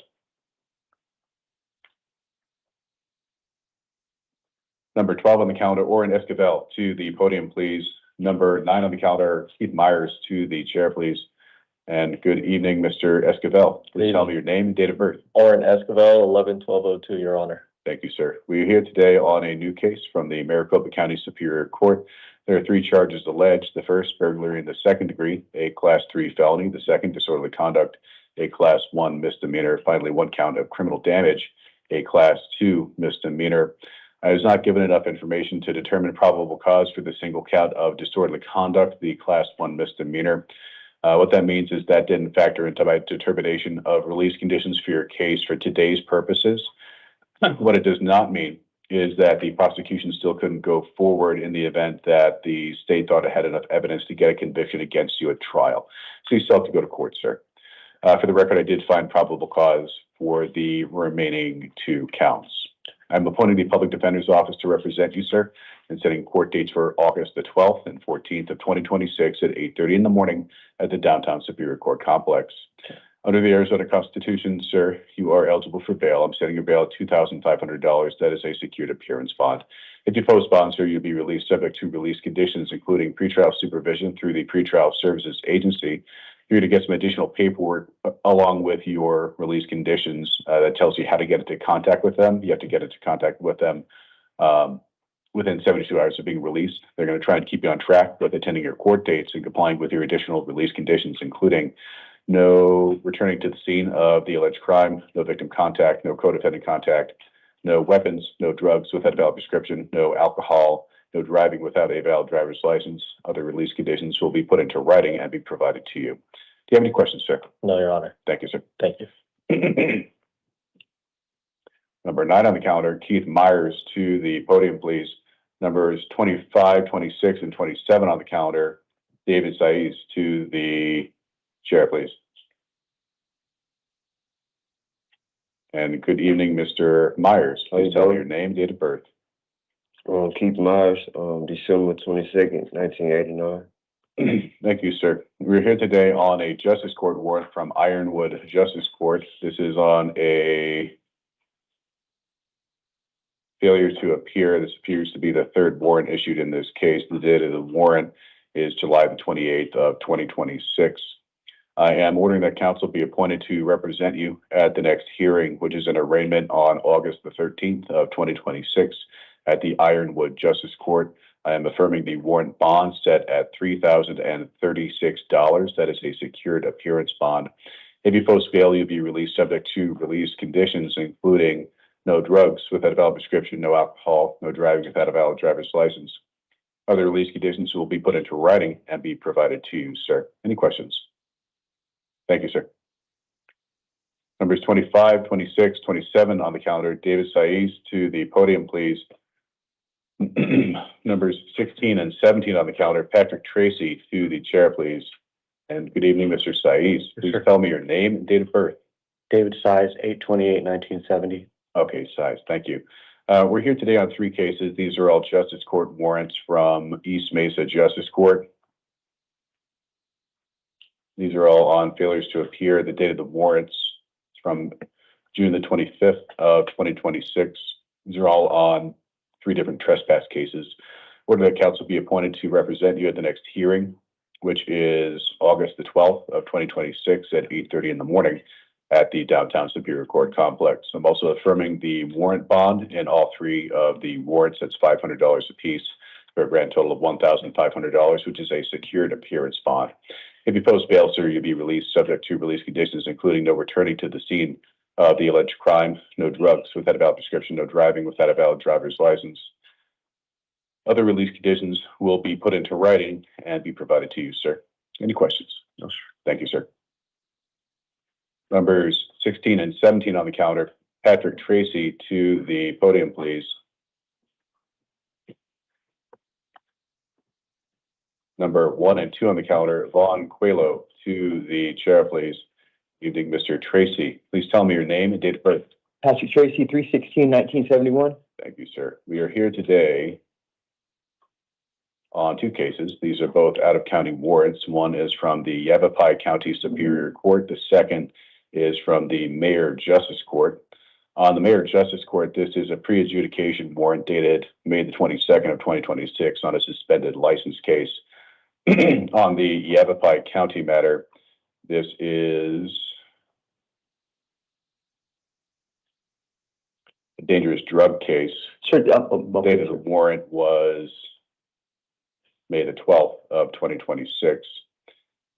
On both cases, I'm ordered that counsel be appointed to represent you at the next hearing at Mayor Justice. That's August the 12th of 2026 at 8:30 a.m. at Yavapai Superior. That is also August the 12th of 2026 at 8:30 a.m. I understand you can't be at two places at once. It will be your responsibility to contact the appropriate court, modify the scheduling orders as appropriate. In any event, I am affirming the warrant bonds in both warrants. So on your Mayor Justice Court matter, $500, that is a secured appearance bond. On the Yavapai Superior matter, $10,000, that is a secured appearance bond. Other release conditions include no drugs without a valid prescription, no driving without a valid driver's license. Other release conditions will be provided to you in writing, sir. Any questions? On that $10,000 bond, I didn't get new charges. They're both just failure to appear. So it says I got dangerous drugs and all that. All it was just I missed the court date. I don't know why they brought up all my old prior felonies in that case, because I did not get new charges at all on any of these cases, and I don't know why this is a $10,000 bond, because I did not get. They're bringing up all my past history that I've already been to prison on before. Well, given the failure, I can only, and I don't want to speak for the issuing court. I can only assume that the issuing court believed it was appropriate to secure your attendance in court, sir. Wow. The failure to appear. So I'm going to affirm those bond amounts. Any other questions, sir? Thank you. Number 1 and 2 on the calendar, Vaughn Coelho to the podium, please. Numbers 21, 22 on the calendar, Candace Clark to the chair, please. Good evening, Mr. Coelho. Please tell me your name and date of birth. Vaughn Coelho, August 10th, 1994. Thank you. We're here today on two cases. The first is a new case out of the Maricopa County Superior Court. The second is a bench warrant, also out of Maricopa County Superior Court. On the newest case, there are 5 charges alleged. The first, possession of narcotic drugs, class 4 felony. The second, possession of drug paraphernalia, a class 6 felony. There are 2 counts of shoplifting, class 1 misdemeanor, 1 count of criminal trespass, 3rd degree, a class 3 misdemeanor. I have determined probable cause, and I am appointing the public defender's office to represent you on the newest case and affirming the counsel order on the existing case. I'm also setting court dates for you, sir, on August the 12th and 14th of 2026 at 8:30 a.m. at the downtown Superior Court complex. On your newest case, you are eligible for bail under the Arizona Constitution. I'm setting bail at $500. That is a secured appearance bond. I'm also affirming the warrant bond on your bench warrant case at $250, which is a secured appearance bond, for a grand total of $750, which is a secured appearance bond. And one will be a reprint.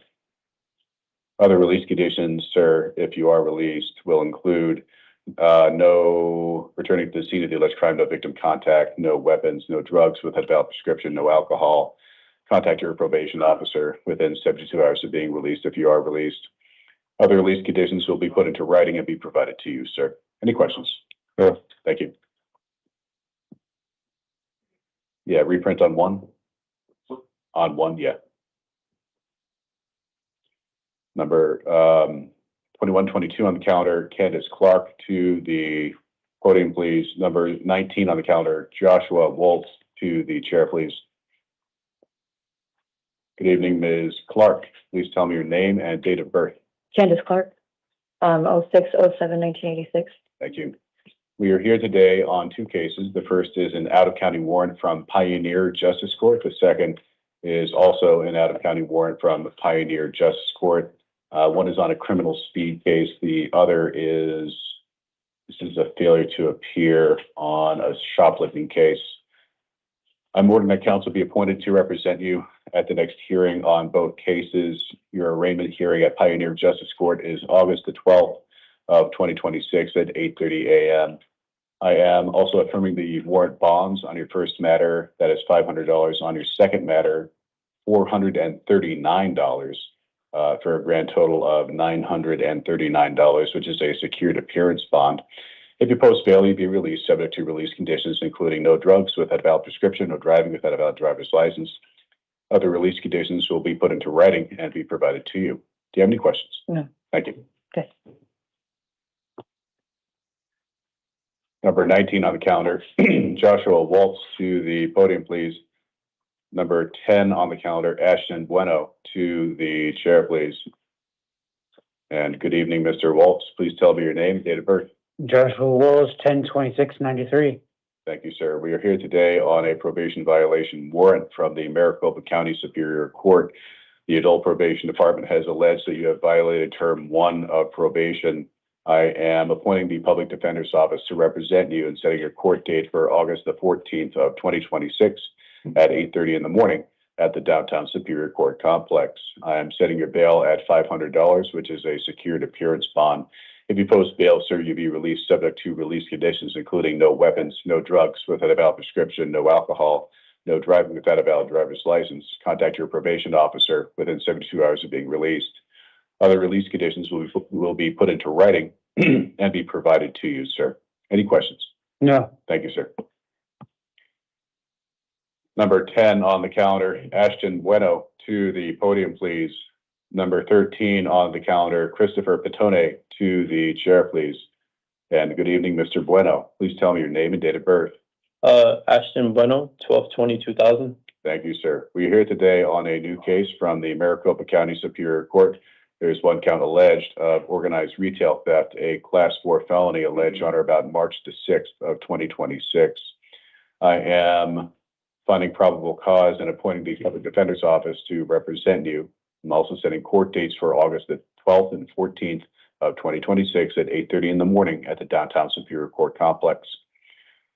Under the Arizona Constitution, you are eligible for bail, setting your bail at $500. That is a secured appearance bond. If you post bond, sir, you'll be released subject to pretrial supervision through the pretrial services agency with mandatory electronic monitoring to be installed before you are released. Additionally, if you are released, do not return to the scene of the alleged crime, no victim contact, no weapons, no drugs without a valid prescription, no alcohol, no driving without a valid driver's license. Other release conditions will be put into writing and be provided to you, sir. Do you have any questions? No. All right, thank you, sir. Number 13 on the calendar, Christopher Petone to the podium, please. Number 7 on the calendar, Jose Reyna to the chair, please. And good evening, Mr. Petone. Please tell me your name and date of birth. Christopher Petone, 11/17/89. Thank you, sir. We are here today on a probation violation warrant from the Maricopa County Superior Court. The Adult Probation Department has filed a petition to revoke your probation, alleging that you have violated term 5 of probation. I am appointing the Public Defender's Office to represent you and setting a court date for August the 14th of 2026 at 8:30 in the morning at the downtown Superior Court complex. I am affirming the warrant bond at $250. That is a secured appearance bond, sir. If you post bail, you'll be released subject to release conditions, including no weapons, no drugs without a valid prescription, no alcohol, no driving without a valid driver's license, contact probation within 72 hours of your release. Other release conditions will be put into writing and be provided to you, sir. Any questions?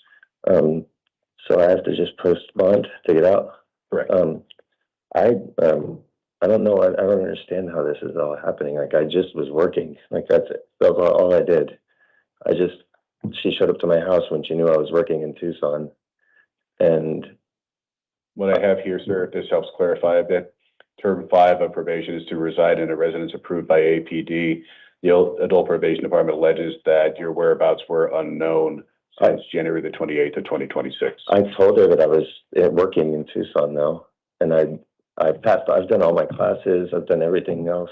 Like, understood, sir. That'll be a matter to take up at probation violation court. Okay. Anything further, sir? All right. Thank you. Thank you, sir.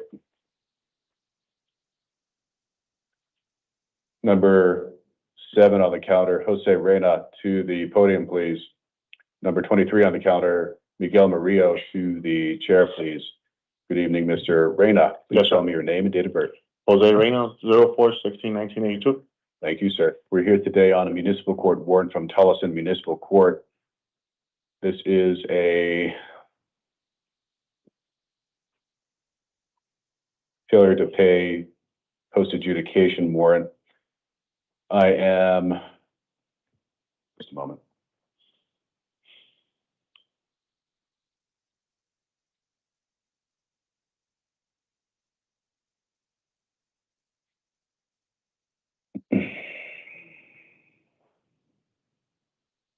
You were remanded on a separate case, sir? Yes. Okay. Just a moment.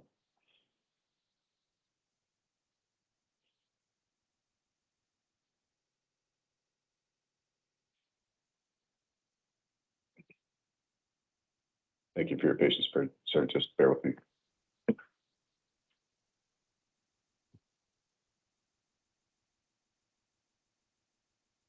Okay, so this was a jail as condition of probation that you got today? Yes. Okay, all right. Here's what I'm going to do. All right, so this will be a reprint. All right, sir. So this is a post adjudication failure to pay or failure to comply warrant. So essentially, the municipal court seems to believe that you're either out of compliance with one of its orders or in arrears with payments. So I'm going to order that counsel be appointed to represent you at the next hearing at Tolleson Municipal, which is August the 17th of 2026 at 8:30 a.m. If you're in custody, talk to your detention officer about transportation. I'm going to set your bond at $50, just a nominal bond, just in the event that the issue of pre-sentence credits come up. That just keeps that number ticking. Okay. And I'm going to set additional release conditions, including no drugs without a valid prescription, no driving a motor vehicle without a valid driver's license. You'll receive other release conditions in writing, sir. Any questions? So I got to go to court on the 17th for this? Tolleson on the 17th, 8:30. So they pick me from here where I'm at? Yeah, you'll be transported, sir. And also, I have a court date on the 25th for another case. on municipal justice superior? I think, yeah. Okay. What's your question, sir? Oh, so if I don't show up to court, am I gonna get a warrant for that too, or what? If you fail to appear, a warrant will issue for your arrest, but if you're in custody, just talk to your detention officer about details for transportation, sir. Well, what detention officer, who's that? What do you mean? One of the sheriff's officers. Oh, all right. So we'll get that information out to you, sir. Thank you. Number 23 on the calendar, Miguel Murillo to the podium, please. Number 18 on the calendar, Michael McConnell to the chair, please. And good evening, Mr. Murillo. Please tell me your name, date of birth. Miguel Murillo, 11/15/1988. Thank you, sir. We are here today on an arrest warrant out of Surprise Municipal Court. This is on a drug paraphernalia case from July the 13th of 2026.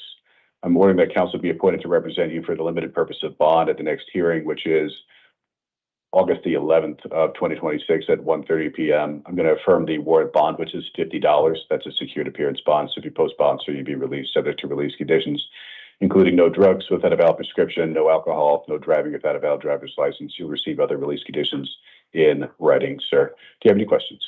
Yeah, so I was going to ask you. I had talked to my lawyer. I mean, the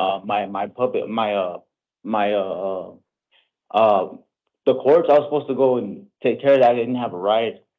I had spoke. Am I able to? I was able to get out on OR. I know I had missed just one time, but I was taking care of it. I was taking care of the court thing, and that had just recently happened. It hadn't happened too long ago, but I was trying to get money to get $50 to go and pay the bond, so that way I can go to court and take care of it. Sir, I'm going to affirm the warrant bond at this time. If you have further questions, please take them up with the municipal court. Thank you very much. Okay. Thank you. Number 18 on the calendar, Michael McConnell to the podium, please. Number 24 on the calendar, Kenita Murphy to the chair, please.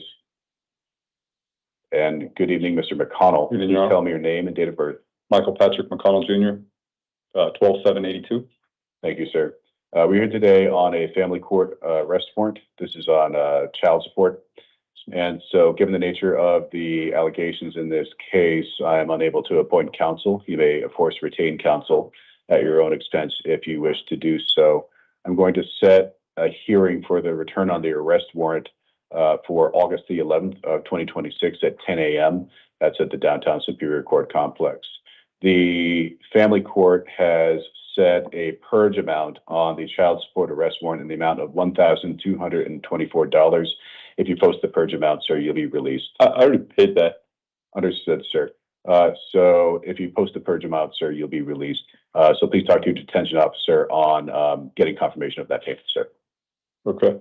So all I have to do is either I get the receipt or something, or Yeah, so if you'll have to get record of the payment for the purge amount, sir. okay, the courts aren't, or they're not. I'm not gonna be able to get that till Monday.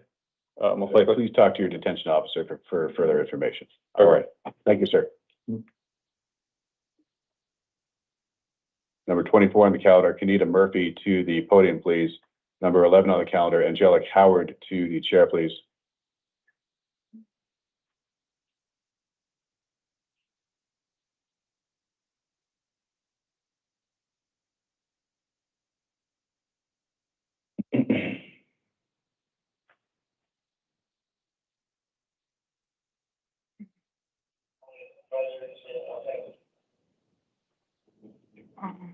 While we're waiting, officer, can we get in contact with Sims or the bond desk to confirm whether or not Mr. McConnell is paid? Thank you. Number 24. Oh, hello, Ms. Hi. Murphy. Please tell me your name and date of birth. It's Kenita Rafferty Case. Oh, okay, I see that. Thank you, Ms. Case. Yes. Ms. Case, we're here today on a direct complaint warrant from the Maricopa County Superior Court. There's one count alleged of possession of dangerous drugs alleged on or about May the 26th of 2025. I am going to appoint the Public Defender's Office to represent you and set court dates for August the 24th and 26th of 2026 at 8:30 in the morning at the downtown Superior Court complex. Do you promise to appear? Pardon me? Do you promise to appear for your court dates? Yes. Based on your promise to appear, it's ordered releasing you on your own recog, scratch that, on supervised release through the pretrial services agency. Okay. You're gonna get some paperwork with your release orders telling you how to report to pretrial services. You're gonna have to do that within 72 hours of being released. Okay. They're gonna try and keep you on track with attending your court dates and complying with your additional release conditions, including no weapons, no drugs without a valid prescription, no alcohol, no driving without a valid driver's license. I'm also ordering mandatory alcohol and drug testing and monitoring. Okay. Other release conditions will be put into writing and be provided to you. Do you have any questions? The other bond that I have, is there any way to, since I'm gonna be going to pretrial services, to scratch that? Because I just found out that I might have congestive. I might have, Just a moment. Okay, so you're held on bond on a separate case. Okay, I can do one of two things. I can't affect anything that Gilbert is doing. okay, What I can do is either affirm the supervised release order that I've done here for this one case, or I can set it what we call a nominal bond. So at the very least, if you're still waiting to post bond on the Gilbert case, you'll at least show up as clicking up with time credit on this matter. So if you'd rather I just affirm the supervised release on this case, I can do that, but I'll leave it to you.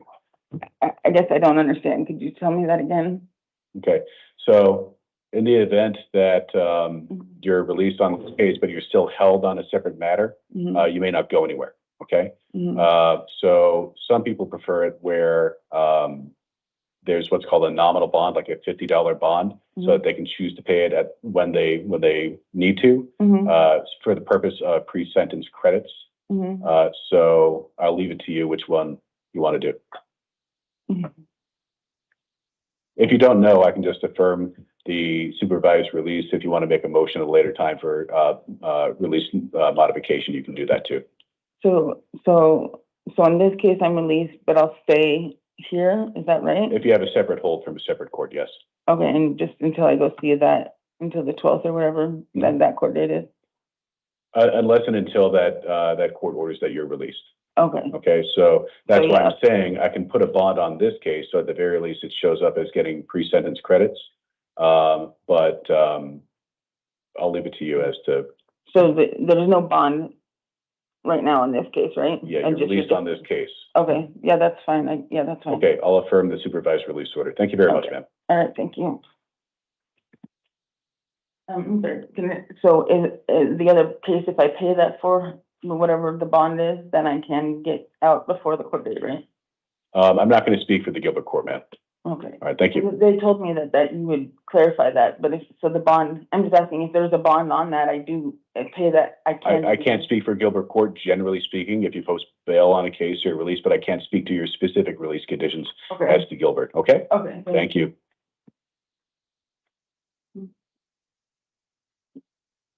I called regarding the SIN. Court says is going to call right now. They're going to give me a call back. Okay. So if you still currently in here, we're going to verify that once they give me a call back. Okay. Number 11 on the calendar, Angelic Howard to the podium, please. Number 15 on the calendar, Dustin Hultgren to the chair, please. And good evening, Ms. Howard. Please tell me your name and date of birth. Angelique Howard, and it's 4894. Thank you. We're here today on a new case from the Maricopa County Superior Court. There are 3 charges alleged. The first, possession of dangerous drugs, class 4 felony. The second, possession of narcotic drugs, class 4 felony. Third, possession of drug paraphernalia, a class 6 felony. I have determined probable cause, and I am appointing the public defender's office to represent you. I'm also setting court dates for August the 24th and 26th of 2026 at 8:30 in the morning at the downtown Superior Court complex. Do you promise to appear? Yes, I do. Based on your promise to appear, it's sort of releasing you to the supervision of the pretrial services agency. You're going to get some paperwork in addition to your release orders telling you how to contact them. You have to contact them within 72 hours of being released. They're going to try and keep you on track with attending your court dates and complying with your additional release conditions, including mandatory alcohol testing and monitoring, mandatory drug testing and monitoring, no weapons, no drugs without a valid prescription, no alcohol, no driving a motor vehicle without a valid driver's license. Other release conditions will be put into writing and be provided to you. Do you have any questions? So I have 2 days, I have to serve 1 day in jail, for a prior case. So when I get released to pretrial, it will be tomorrow, right? So if you have a hold from another case, like I was talking about before, if you have a hold from another case, so that keeps you in here, you're not going to go anywhere, even if you are released on this matter. So you have to. Yeah, it's just one more day that I have to do. Right, though, yeah. So I can affirm the supervised release, or if you so prefer, I can do a nominal bond of $50 if you want that pre-sentence credit. No, the supervised release is fine. Okay, all right. Thank you very much, ma'am. You may step to your left. Thank you. Number 15 on the calendar, Dustin Hultgren to the podium, please. Is that court desk? Regarding Tim's bond is fine. He has not paid it. He had to go to court first in order to pay it. Okay, all right. All right, I'll affirm the purge amount that I already set out on that matter. Thank you very much for checking. I appreciate it. All right, and good evening, Mr. Hultgren. Please tell me your name and date of birth. Dustin Hultgren, 12/28/95. Thank you very much. We're here today on a Superior Court arrest warrant on a direct complaint that's out of Maricopa County Superior Court. There are 2 charges alleged. The first, possession of narcotic drugs, Class 4 felony. The second, possession of drug paraphernalia, a Class 6 felony. I am appointing the Public Defender's Office to represent you. I should note for the record, the alleged date of those offenses is June the 6th of 2025. So I'm going to appoint the Public Defender's Office to represent you and set court dates for August the 24th and 26th of 2026 at 8:30 a.m. at the downtown Superior Court complex. Do you promise to appear? Yeah. Based on your promise to appear, it's ordered releasing you on your own recognizance. If you fail to appear for a court date, a warrant will issue for your arrest. As you are released, you must follow mandatory release conditions, including no drugs without a valid prescription, no alcohol, no driving without a valid driver's license. Other release conditions will be put into writing and be provided to you, sir. Any questions? Okay. No questions, sir. All right. Thank you very much. Thank you very much. Moving now to our house call matter, Paul Jacobs, date of birth 10/9/77. Mr. Jacobs not present here in the courtroom. The note from the sheriff's office was bizarre behavior. We'll find a waiver and proceed in absentia for the time being with the initial appearance on an arrest warrant out of Maricopa County Superior Court. There are 5 charges. First, burglary, second degree, Class 3 felony, 2 counts misconduct involving weapons, Class 4 felony, 2 counts theft, a Class 6 felony. This is all by direct complaint. I am appointing the Public Defender's Office and setting court dates for August the 12th and 14th of 2026 at 8:30 in the morning at the downtown Superior Court complex. I'm also affirming the warrant bond at $2,000. That is a secured appearance bond. I'm also ordering pretrial supervision through the Pretrial Services Agency with other release conditions that will be put into writing and be provided to Mr. Jacobs during a cell site initial appearance that will take place immediately after the conclusion of the 5 o'clock calendar. If there are any changes to these orders, they'll be reflected on the written orders, not on the audiovisual feed here. That will adjourn number 14 on the calendar, Paul Jacobs. That also brings us to the end of the 5 o'clock p.m. initial appearance calendar for August the 7th of 2026. We will stand in recess.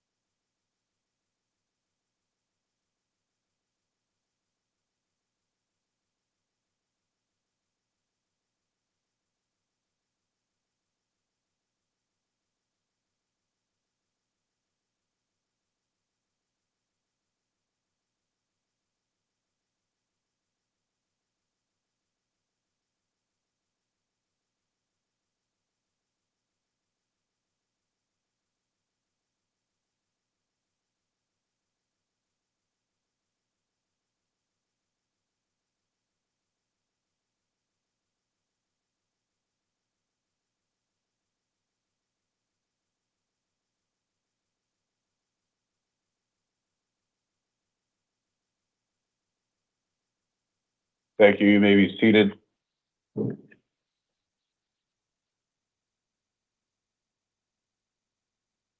For confession.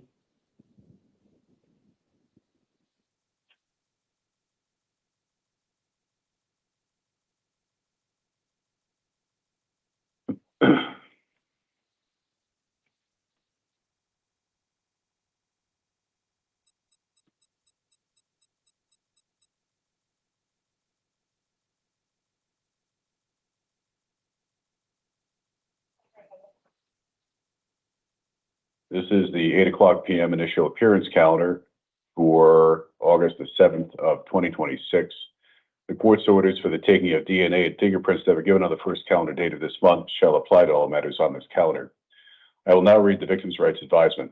If you are the victim of a crime with a case pending before this court, you are advised that you have rights under Arizona law that, among others, include the right to be treated with fairness, respect, and dignity, to a speedy trial, to be present in court proceedings, to choose whether or not to be interviewed by the defendant or the defendant's attorney, to be heard before the court makes a decision on release, negotiation of a plea, scheduling and sentencing, and to receive restitution from a person who is convicted of causing your loss. If you have not already been provided with a written statement of all victims' rights, please contact the Victim Services Division of the Prosecutor's Office. Ladies and gentlemen, we are here today for an initial appearance calendar. What that means is that you're going to hear a little bit more about the allegations against you, your next court dates, whether or not you've been appointed counsel, and your release conditions. As I call you forward, please approach the podium that is in the center of the courtroom here. If you are next, please sit in the chair that is in the gallery next to the front door right over there. We will begin with numbers 28, 29, and 30 on the calendar. Shell to the podium, please. Number 34 on the calendar, Jacob Woods to the chair, please. Good evening, Mr. Shell. Please tell me your name, date of birth. Stephen Lewis Ironshell, 8282. Thank you, sir. We're here today on 3 cases. These are all bench warrants out of the Maricopa County Superior Court. One is on a narcotic drug paraphernalia case from 2023. One is on a drug paraphernalia and felony shoplift from 2023. Finally, we have one narcotic drug and drug paraphernalia from 2022. I am affirming the appointment of existing counsel on all 3 of your cases, sir. I'm also setting court dates, or a court date, I should say, for August the 12th of 2026 at 8:30 in the morning. That's at the downtown Superior Court complex. I'm also affirming the warrant bonds on all 3 cases. That's $2,500 per case for a grand total of $7,500. I'm also ordering pretrial supervision through the Pretrial Services Agency in the event that you post bail.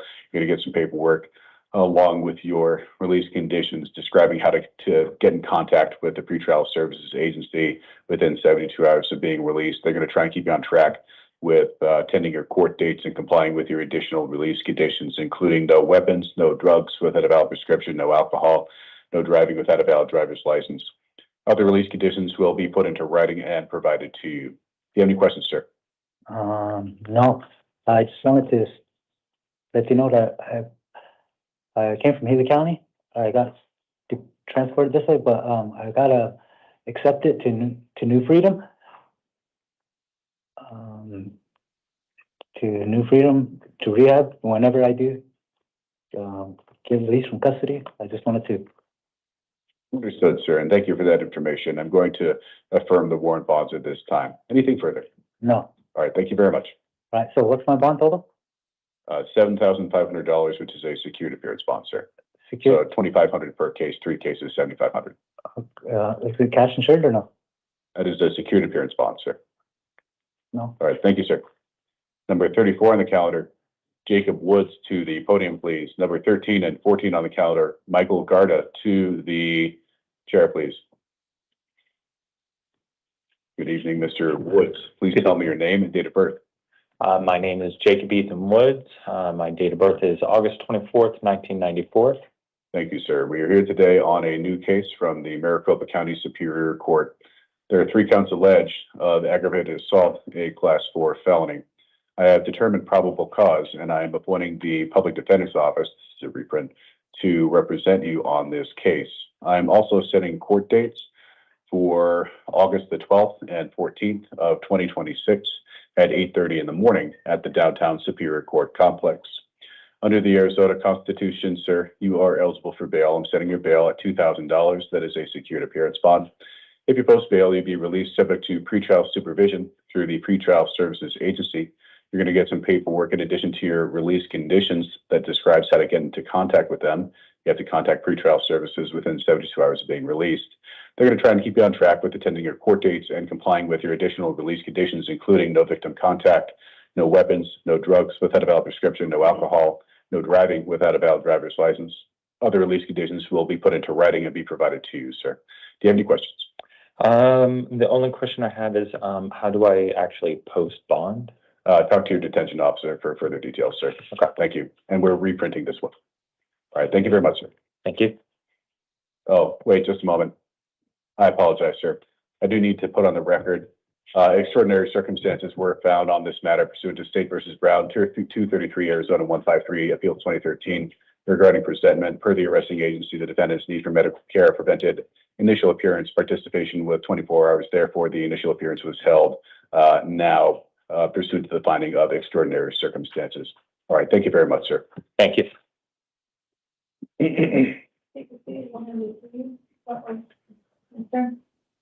Numbers 13 and 14 on the calendar. Michael Garda to the podium, please.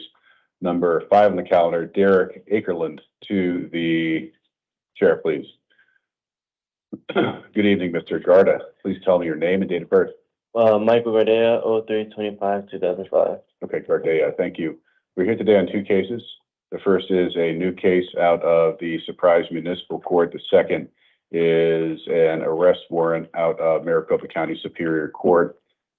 As to the new case out of Surprise Municipal, there are 4 counts alleged, 2 counts of DUI, a Class 1 misdemeanor, 1 count reckless driving, a Class 1 misdemeanor, and 1 count criminal damage, Class 2 misdemeanor. I have determined probable cause, and I'm ordering that counsel be appointed to represent you at the next hearing, which is an arraignment on August the 11th of 2026 at 1:30 p.m. Under the Arizona Constitution, sir, on this case, you're eligible for bail. I'm setting your bail at $1,500. That is a secured appearance bond. If you post bond, you'd be released subject to release conditions.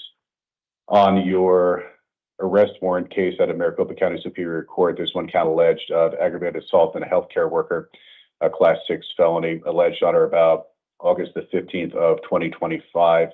I am appointing the public defender's office to represent you and setting court dates for August the 12th and 14th of 2026 at 8:30 in the morning at the downtown Superior Court complex. I'm affirming the warrant bond in the Superior Court case at $500. That is a secured appearance bond. So adding those 2 bonds together, that's $2,000, a secured appearance bond. As I said, if you post bail, you'll be released subject to release conditions, including no scene return, no return to the scene of the crime, no victim contact, no weapons, no drugs without a valid prescription, no alcohol, no driving a motor vehicle without a valid driver's license. Other release conditions will be put into writing and be provided to you. Do you have any questions, sir? So my bill's how much? On your Superior Court case, $500. On your Surprise Municipal Court case, $1,500. For a grand total of $2,000 secured appearance, sir. So 2,000 is the total? Yes, $2,000 total, yes. Anything else, sir? No, I guess I don't. All right, thank you very much, sir. You may step to your left. Thank you. Number 5 on the calendar, Derek Akerland to the podium, please. Number 7 on the calendar, Delford Wilson to the chair, please. And good evening, Mr. Akerland. Please tell me your name and date of birth. Derek Ackerland, and my date of birth is July 26, 1996. All right, Ackerland, thank you. All right, sir, we're here today on a bench warrant from the Maricopa County Superior Court. This is on a dangerous drug paraphernalia, criminal speed case from November 24. There's a failure to appear on April the 28th of 2026, so a warrant was issued for your arrest. I am affirming the appointment of existing counsel and setting court dates for August the 12th and 14th of 2026 at 8:30 in the morning at the downtown Superior Court complex. Excuse me. I am affirming the warrant bond. That is $1,000, which is a secured appearance bond.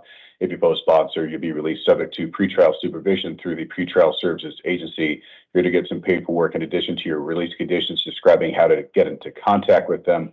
You have to contact pretrial services within 72 hours of being released. They're going to try and keep you on track with attending your court dates and complying with your additional release conditions, including no weapons, no drugs without a valid prescription, no alcohol, no driving without a valid driver's license.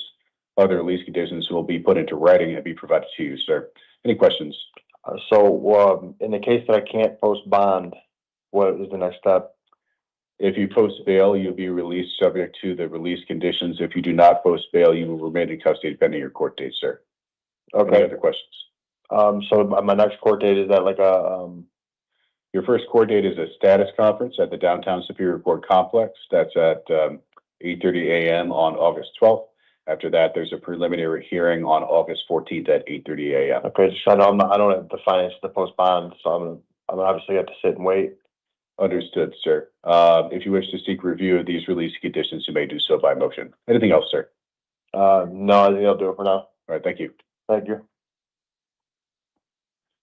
Number 7 on the calendar, Delford Wilson to the podium, please. Number 15 on the calendar, Joseph Murray to the chair, please. Hard to hear. Hard of hearing? You want some headphones? Huh? You want some headphones? Yeah. Okay, let's get him some headphones.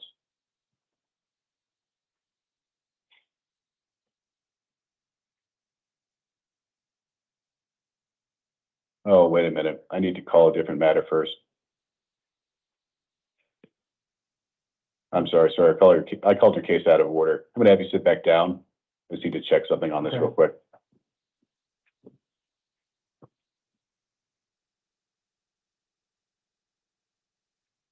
Let's instead call number 15 on the calendar, Joseph Murray, to the podium, please.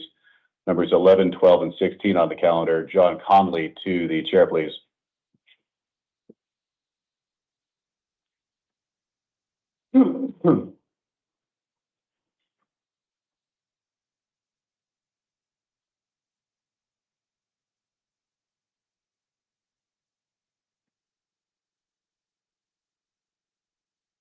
Good evening, Mr. Murray. Please tell me your name and date of birth. Joseph Roger Murray, 11698. Thank you, sir. We're here today on a bench warrant matter from the Maricopa County Superior Court. The date of the warrant is June the 30th of 2026. This is on a failure to appear for a dangerous drug case from June of 2026. Did you have a question, sir? Yeah, I was. I believe I came here, and I had to hear that in which the judge told me last time. He told me that there was lack of evidence on it because I don't even remember. I didn't have no drugs on me that day, and then I was supposed to pay a fine or something like that. And then I even went next door to my other court hearing, and I got that time served, and it was good. And I believed I got out, and I didn't even remember having a court date. I fought it on that. I came. I was literally just helping people. I do see the previous court's findings on the previous release order from the 17th. So However, you were ordered to appear for court.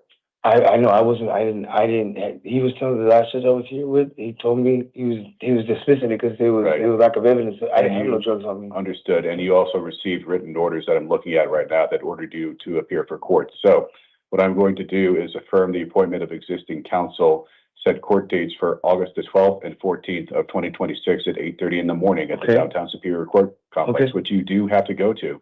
Okay. And I'm going to affirm the warrant bond at $1,000, which is a secured appearance bond. If you post bond, sir, you'll be released subject to release conditions, including no weapons, no drugs without a valid prescription, no alcohol, no driving without a valid driver's license. Other release conditions will be put into writing and be provided to you, sir. Do you have any questions? Am I getting released at all or no? If you post bail, you'll be released. If you do not post bail, you remain in custody pending your court date, sir. Anything else, sir? Are you serious? That wasn't even my fault. I'm getting all right. Thank you, sir. You may step to your left. Oh, crazy. Numbers 11, 12, and 16 to the podium, John Conley to the podium, please.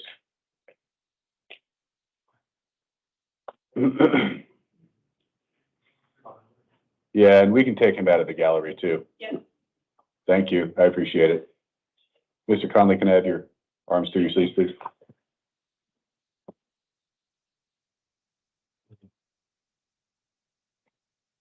Thank you very much, Mr. Conley. Please tell me your name and date of birth for the record. John Conley, 9/11/68. Thank you, sir. We are here today on 3 cases. These are all probation violation warrants from the Maricopa County Superior Court. The Adult Probation Department has filed petitions to revoke your probation on all 3 of your cases, alleging that you have violated terms 1, 2, 3, and 15 of probation.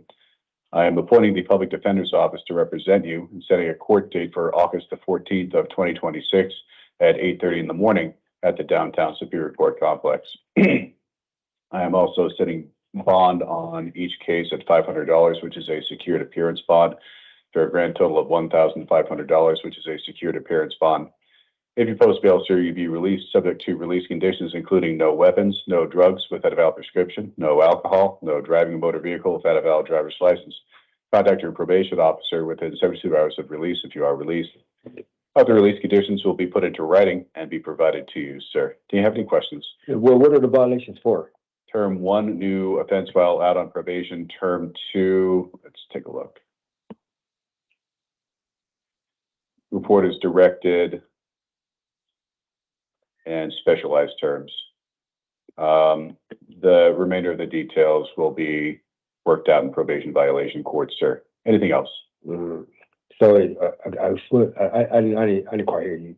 I got like, I've been hit by a car, so You had trouble hearing?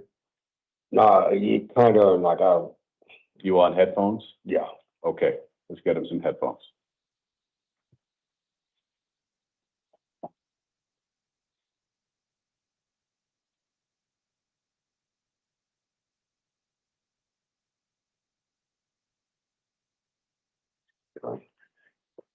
All right, Mr. Conley, I'm going to start over, okay? I'm going to have you restate your name and date of birth for the record, please. John Conley, 9/11/68. Thank you, sir. Like I said, we are here today on 3 probation violation warrants. The Adult Probation Department has alleged that you have violated the terms of probation, including terms 1, 2, 3, and 15 of probation. I am appointing the Public Defender's Office to represent you on these probation violation matters. I'm also setting a court date for August the 14th of 2026 at 8:30 a.m. at the downtown Superior Court complex. I'm setting bond at $500 on all 3 cases for a grand total of $1,500. That is a secured appearance bond. If you post bond, sir, you'll be released subject to release conditions, including no weapons, no drugs without a valid prescription, no alcohol, no driving a motor vehicle without a valid driver's license. Contact your probation officer within 72 hours of being released. Other release conditions will be put into writing and be provided to you, sir. Any questions? Yes, can you tell me what the violations are for? Term 1 of probation, do not commit new criminal offenses while out on probation. Term 3 of probation, report as directed to your probation officer. Let's see here. The mental health conditions, maintain law-abiding lifestyle. And so that's a summary based on the notes I've been given by the probation department. Further information will be a question for counsel as you approach probation violation court, sir. Anything else? Yeah, the mental health part, what is that? Again, that's a question for counsel as you go into probation violation court, sir. Thank you very much. You may step to your left and please hand the headphones back to the officer. Number 23 and 24 on the calendar, Rebecca Ramirez to the podium, please. Number 6 on the calendar, Lucas Brantner to the chair, please.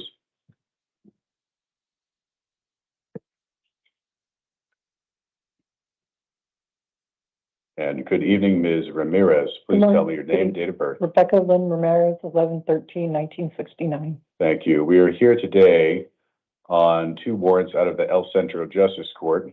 These are on failures to appear from August the 15th of 2025. I am ordering that counsel be appointed to represent you at the next hearing at El Centro Justice Court. I was in custody. What's her admit date? Today was last year, 8/7/2025. We have prior booking. Huh? Give us a second, Your Honor. She was booked in So I can pull up the prior custody as well. It seems like, says, August 8th. All right, date of the warrant. My band says 8/7/25. Just a moment. Yeah, 8/8/25 admit date. correct. Okay. Do you have any other holds? You have a pre-file from 8/8/25 No, Your Honor. on, It's supposed to be released from custody as of tomorrow, serving the year in the county jail. let's take a look here. So I would appreciate a court date back to the El Central Court to, And I'm gonna have you sit back down. Okay. While I go through some documents here. okay, Thank you. thank you. Let's see here.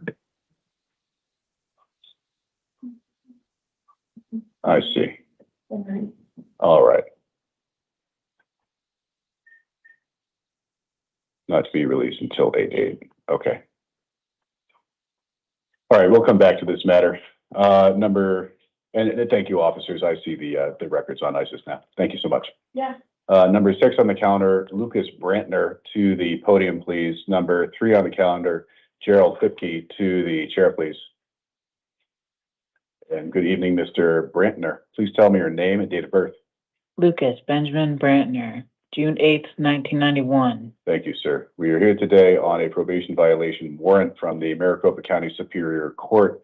The Adult Probation Department has filed a petition to revoke your probation, alleging that you have violated terms 3 and 5 of probation. I am appointing the Public Defender's Office to represent you, setting your court date for August the 14th of 2026 at 8:30 a.m. at the Downtown Superior Court Complex. I'm also affirming the warrant bond, setting bond at $250, which is a secured appearance bond. If you post bail, sir, you'll be released subject to release conditions, including no victim contact, no weapons, no drugs without a valid prescription, no alcohol, no driving a motor vehicle without a valid driver's license. Other release conditions will be put into writing, including contact your probation officer within 72 hours. Do you have any questions, sir? No, sir. Thank you, sir. Number 3 on the calendar, Gerald Whipke to the podium, please, and then we'll recall 2324 Ramirez.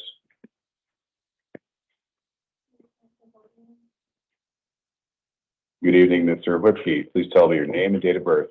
Gerald Whipke, May 18th, 1987. Thank you, sir. We are here today on a probation violation warrant from the Maricopa County Superior Court. The Adult Probation Department has filed the petition to revoke your probation, alleging that you have violated terms 3 and 4 of probation. I am appointing the Public Defender's Office to represent you, setting your court date for August the 14th of 2026 at 8:30 in the morning at the Downtown Superior Court Complex. I am also affirming the bond set in the warrant. That's $500, which is a secured appearance bond. If you post bond, sir, you'll be released subject to release conditions, including no weapons, no drugs without a valid prescription, no alcohol, no driving a motor vehicle without a valid driver's license. Contact your probation officer within 72 hours of being released. Other release conditions will be put into writing and provided to you. Do you have any questions? No, sir. Thank you very much. Recalling 2324 on the calendar, Rebecca Ramirez to the podium, please.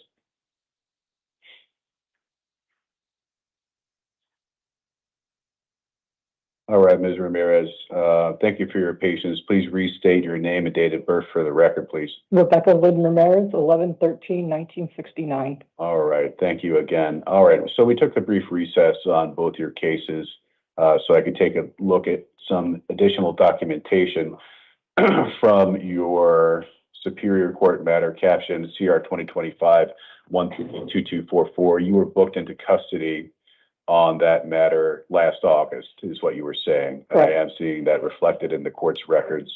I do see your sentencing order indicating an initial jail term as a condition of probation with a release date for tomorrow's date, 8/8/26. All right. And so the court does realize that you were booked into custody on the matter that I just referenced. when the Justice Court warrants were issued. And so what I'm going to do, bear with me for just a moment. No problem.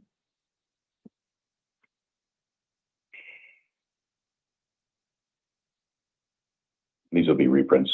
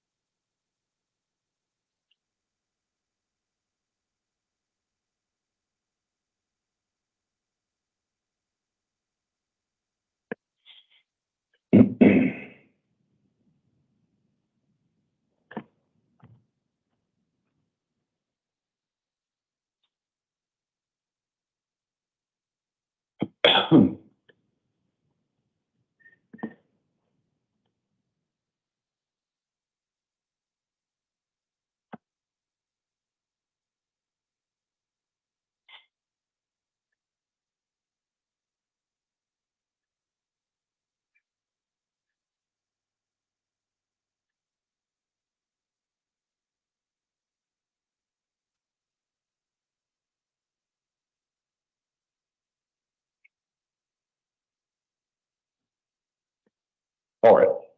And so, as I mentioned before, both of these bench warrants were issued on August the 15th of 2025, based on failure to appear. Of course, you were in custody, here in sheriff's custody when that occurred.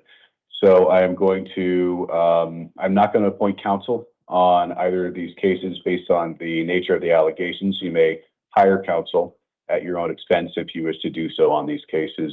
Okay. I'm going to set a court date at El Centro Justice Court, which is August the 27th of 2026 at 8:30 a.m. Do you promise to appear? I absolutely do. All right. Based on your promise to appear, we're sort of releasing you on your own recognizance on both of these matters. If you fail to appear for a court date, a warrant will issue for your arrest. As you're ordered released, you must follow mandatory release conditions, including no weapons, no drugs without a valid prescription, no alcohol, no driving a motor vehicle without a valid driver's license, contact probation within 72 hours of being released because you're on probation. On the trespass case, no returning to the scene of the alleged crime. Okay. The release conditions will be put into writing and be provided to you. Any questions, Matt? No, thank you, Your Honor. Thank you very much.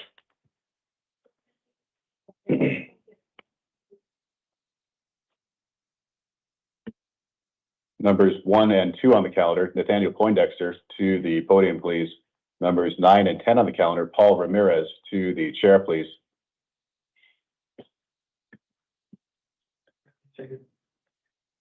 Good evening, Mr. Poindexter. Please tell me the name and date of birth. My first name is Nathaniel Poindexter, and March 9th of 1993. Sorry. Thank you, sir. We are here today on two cases. These are both probation violation warrants from the Maricopa County Superior Court.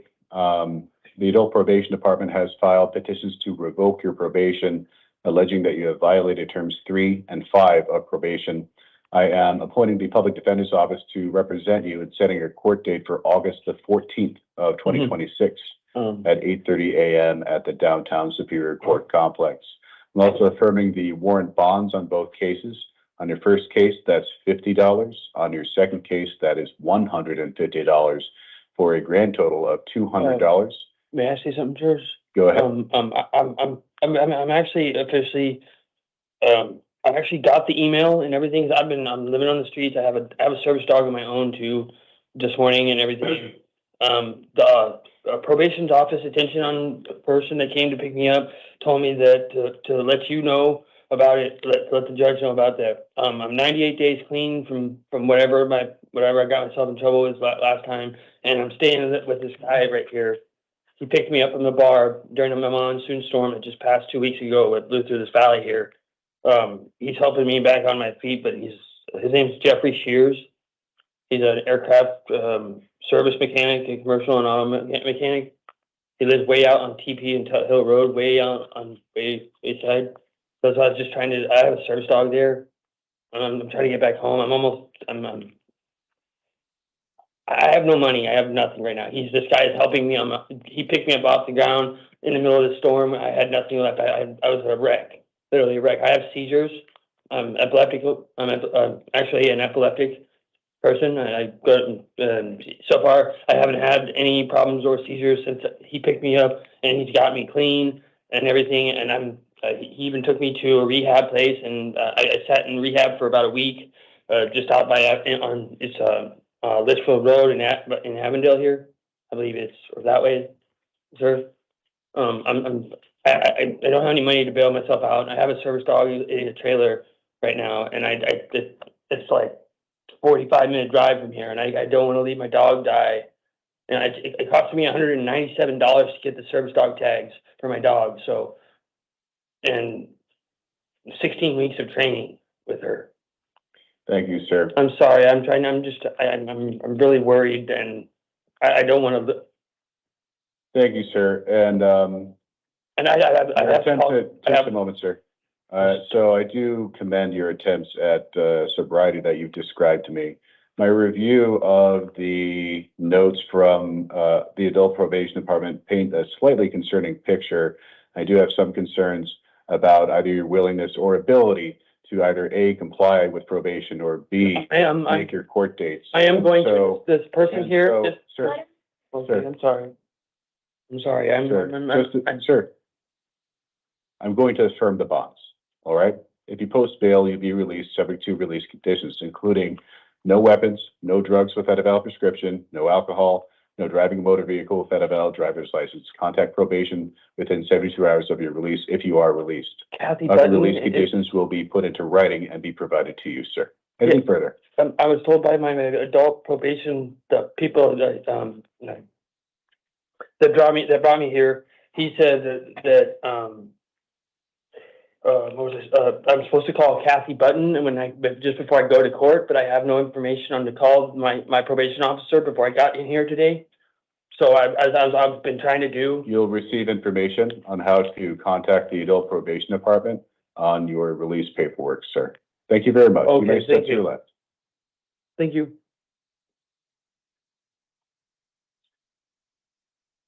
Numbers 9 and 10 on the calendar. Paul Ramirez to the podium, please. Numbers 17 and 18. Jennifer Caldwell to the chair, please. Good evening, Mr. Ramirez. Please tell me your name and date of birth. Paulo Domingo Ramirez, 32186. Thank you, sir. We're here today on two cases. These are both probation violation warrants from the Maricopa County Superior Court.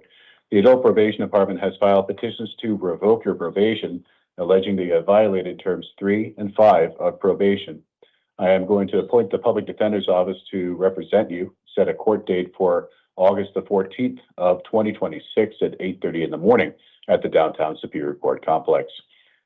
I'm also affirming the warrant bonds at $750 and $250 respectively for a grand total of $1,000, which is a secured appearance bond. If you post bail, sir, you'll be released subject to release conditions, including no weapons, no drugs without a valid prescription, no alcohol, no driving a motor vehicle without a valid driver's license. Contact the Adult Probation Office within 72 hours of being released if you are released. Other release conditions will be put into writing and be provided to you, sir. Do you have any questions? Thank you, sir. Numbers 17 and 18 on the calendar. Jennifer Caldwell to the podium, please. Number 26, 27 on the calendar. Edgar Mercado to the chair, please. And good evening, Ms. Caldwell. Please tell me your name and date of birth. Jennifer Eileen Caldwell, 12/3/1975. Thank you very much. We are here today on two cases. These are both Justice Court warrants from University Lakes Justice Court. These are a pair of criminal trespass cases. Both warrants are for failures to appear. One's issued February the 20th of 2026, the other issued the same day. I am ordering that counsel be appointed to represent you at the next hearing, which is an arraignment on August the 12th of 2026 at 8:30 a.m. at the University Lakes Justice Court. I am also affirming the warrant bonds at $300 apiece for a grand total of $600, which is a secured appearance bond. Your Honor, I'm homeless. I don't have a way to pay that. I'm sorry, and I didn't appear because they have had, these are 2.5 years old. They've had continuances on them, and I don't know, I didn't know what that meant, and I'm sorry. I don't have an issue with failure to appear. In fact, I've been more than ready to get this taken care of. I just, it's been a long time. And thank you for your I input, really ma'am. don't have, I'm willing to do community service, or Yeah, just a moment, sorry, ma'am. I just don't have any. Just a moment, ma'am. So based on my review of the case dockets on these cases, I do think that there's an issue with failure to appear. I'm counting this as the 5th warrant on this case. So I'm going to affirm the bonds because I do have concerns about either your willingness or ability to make your court dates. So I'm going to affirm those bonds. Other release conditions will include: do not return to the scene of any alleged crime, no drugs without a valid prescription, no driving without a valid driver's license. Other release conditions will be put into writing and be provided to you. Any further questions? No, Your Honor. Thank you very much. Thank you. Numbers 26 and 27 on the calendar, Edgar Mercado to the podium, please. Number 32 on the calendar, Derek Smith to the chair, please. Good evening, Mr. Mercado. Please tell me your name and date of birth. Edgar New Mercado, March 21st, 1994. Thank you, sir. We're here today on 2 cases. These are both probation violation warrants from the Maricopa County Superior Court. The Adult Probation Department has filed petitions to revoke your probation, alleging that you have violated terms 3, 5, and 15 of probation. I am appointing the Public Defender's Office to represent you on both cases, and I'm also setting a court date for August the 14th of 2026. That's at 8:30 a.m. at the Downtown Superior Court Complex. I'm also affirming the warrant bonds, $200 on your first case, $300 on your second case, for a grand total of $500. That is a secured appearance bond. If you post bail, sir, you'll be released subject to release conditions, including no weapons, no drugs without a valid prescription, no alcohol, no driving a motor vehicle without a valid driver's license, contact probation within 72 hours of being released. Other release conditions will be put into writing and be provided to you, sir. Any questions? Both violations of the thing? 2 cases, but the same set of alleged violations, terms 3, 5, and 15 on the petitions to revoke. Anything else, sir? That's it. Thank you, sir. Thank you. Number 32 on the calendar, Derek Smith to the podium, please. Number 25 on the calendar, John Lange to the chair, please. Good evening, Mr. Smith. Please tell me your name and date of birth. Derek Smith, 6/29/1985. Thank you, sir. We're here today on a bench warrant from the Maricopa County Superior Court. This is on a failure to appear on a drug paraphernalia case. The date of the warrant is July the 28th of 2026. I am affirming the appointment of existing counsel and setting a court date for August the 14th of 2026 at 8:30 in the morning at the Downtown Superior Court Complex. I'm also affirming the warrant bond. That's $250, which is a secured appearance bond. If you post bail, sir, you'll be released subject to release conditions, including no weapons, no drugs without a valid prescription, no alcohol, no driving a motor vehicle without a valid driver's license. Contact your probation officer within 72 hours of being released. Other release conditions will be put into writing and be provided to you, sir. Do you have any questions? Yeah, I was hoping you could just OR me because I went to that court date on the 28th and I had a bag of tools with me. I went there on the light rail and then they wouldn't let me in without leaving them outside or he said, go put them in your car, but I didn't have a car. So, and it was a busy day. I had to go everywhere not to get them stolen. So I had to hide them somewhere far, like by the trains. And then I came back and then they were done with court. And, but I went downstairs, when I went downstairs, they were already done. And so I talked to the public defender's office down there and they said, you know, I asked them if they can like let my probation officer know, or if she could put it in writing that I was there. And I was just late because they didn't let me in because I was going to do a job right after that and I needed that money. So I had no choice but to. And I do see that motion to quash, sir. That was on, July the 29th of 2026. A court date was set for. It's on the August 10th. It's the 10th. For August the. It's on Monday. Correct. So I was gonna go to that court, you know. For August the 3rd. Bench warrant was issued on the 28th. I called every day. I called my public defender because I got her name, and then I even left a message when I was at that court that day on the 28th, and she never called me. So I called my probation officer, and I was in touch with her. She even went to my house to, see how I was doing.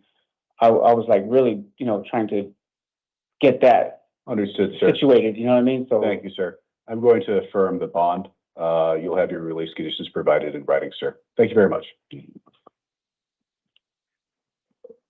Number 25 on the calendar, John Lange to the podium, please. Number 33 on the calendar, Hannah Omar to the chair, please. And good evening, Mr.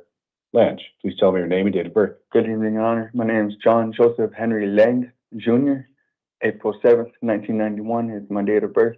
Thank you, sir. Thank We you. are here today on a probation violation warrant from the Maricopa County Superior Court. The Adult Probation Department has filed a petition to revoke your probation, alleging that you have violated terms 3, 4, 5, 7, and 15 of probation.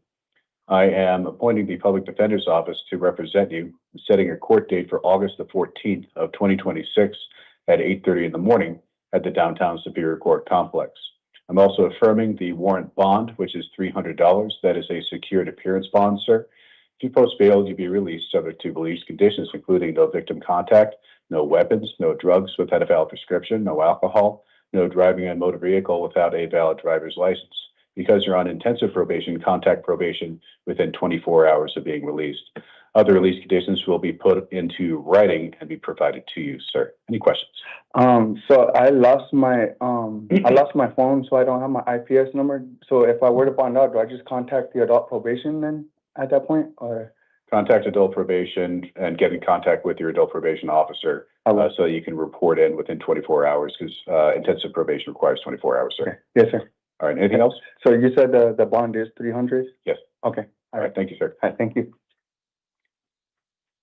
Number 33 on the calendar, Hannah Omar to the podium, please.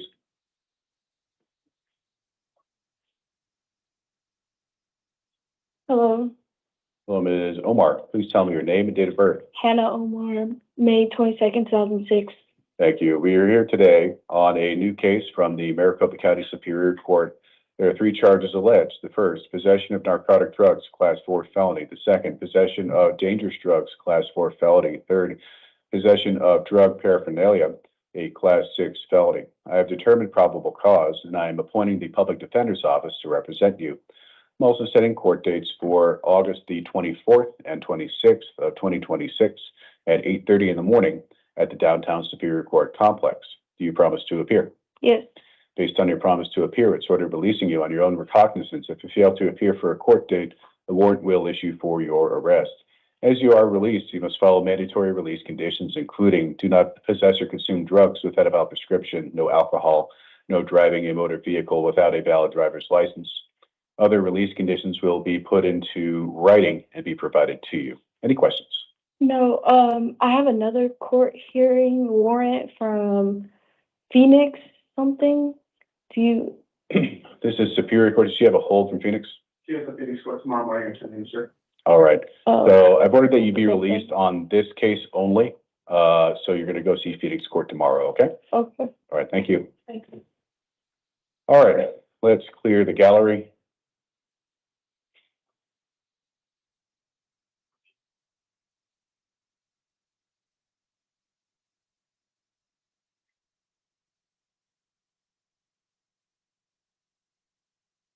We'll reprint 7.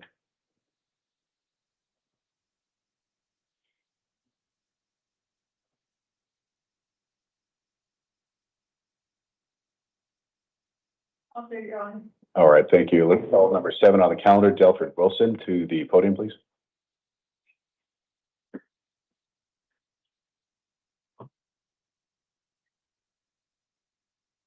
All right, and let's get Mr. Wilson some headphones.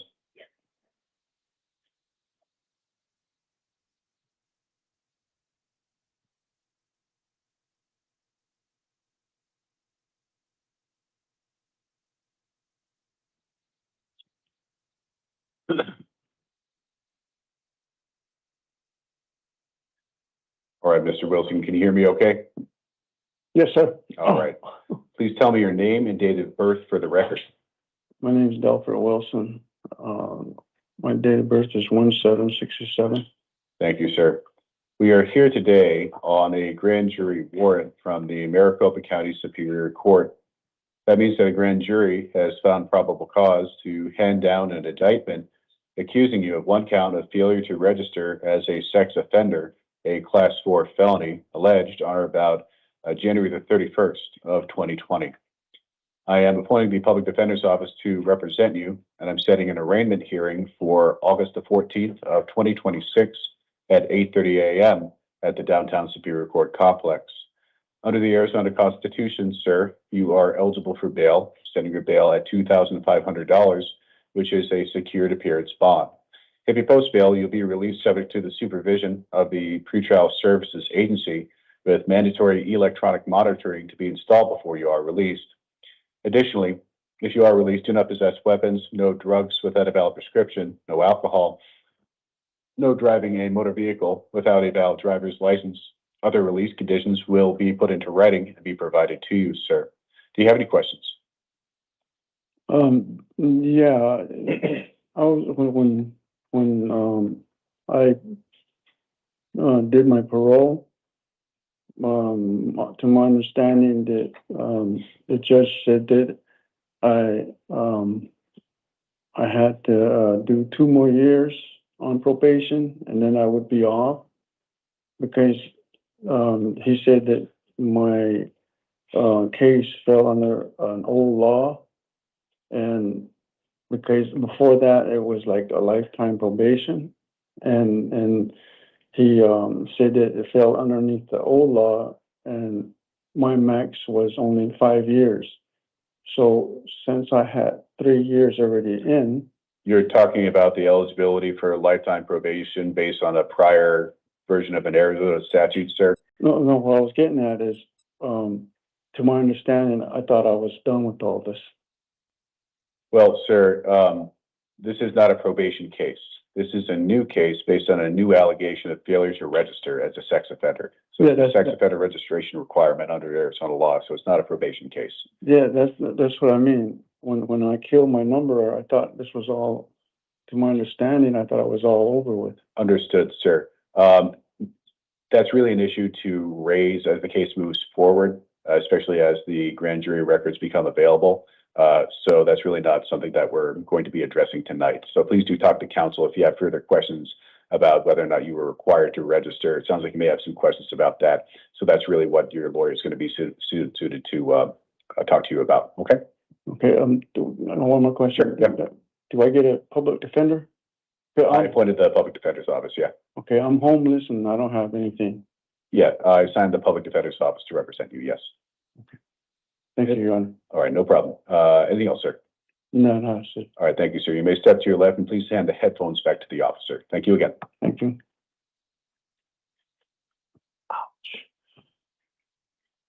We'll move to our house call matters. Number 8, Sandra Hillman, date of birth 1/5/65. Ms. Hillman is not present here in the courtroom. The note from the sheriff's office was that she was a danger to self, so we'll find a waiver and move in absentia for the time being on the initial appearance for a bench warrant from Maricopa County Superior Court. I am affirming the appointment of existing counsel and setting a court date for August 14th of 2026 at 8:30 a.m. at the Downtown Superior Court Complex, setting bond at $500, secured appearance with other release conditions that will be reduced to writing and be provided to Ms. Hillman during a cell-side initial appearance that will take place immediately after the 8 o'clock calendar concludes. If there are any changes, they'll be reduced to writing in the written orders, not on the audiovisual feed here. That will adjourn number 8, Sandra Hillman. Moving now to numbers 19, 20, and 21, Katrina Mitchell. Ms. Mitchell, at date of birth 5/3/86, Ms. Mitchell is not present in the courtroom. The note was that Ms. Mitchell was uncooperative with staff, so we'll find a waiver and proceed forward with the initial appearance for the time being on 3 cases. These are all bench warrant matters out of Maricopa County Superior Court. I am affirming the appointment of existing counsel, setting a court date for August the 12th of 2026 at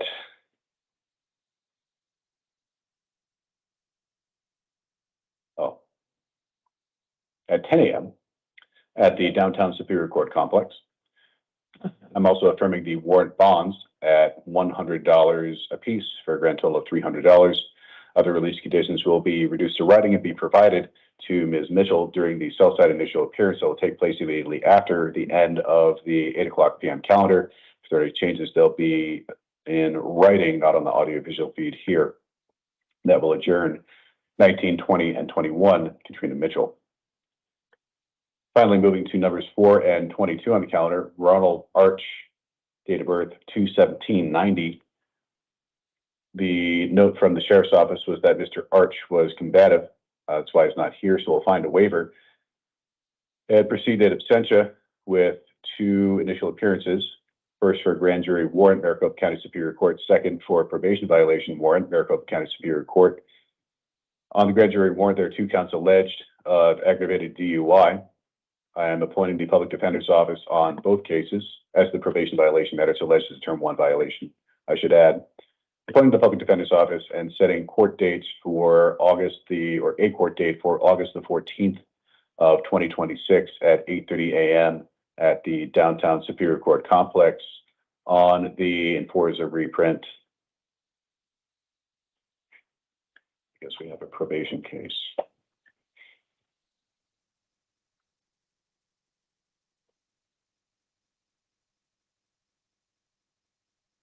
On the grand jury matter, I'm affirming the grand jury warrant bond. That's a $60,000 cash-only appearance bond with other release conditions that will be put into writing and be provided to Mr. Arch during the Southside initial appearance. Likewise, on the probation violation matter, I'm ordering that Mr. Arch be held without bond pursuant to Arizona Rule of Criminal Procedure 7.2C. If there are any changes to these release orders, they'll be reduced to writing and be provided to Mr. Arch during the Southside initial appearance. If there are any changes, we'll have them in writing, not on the audio visual feed here. That will adjourn numbers 4 and 22 on the calendar, Ronald Arch. That also brings us to the end of the 8:00 p.m. initial appearance calendar for August the 7th of 2026. We will stand in recess.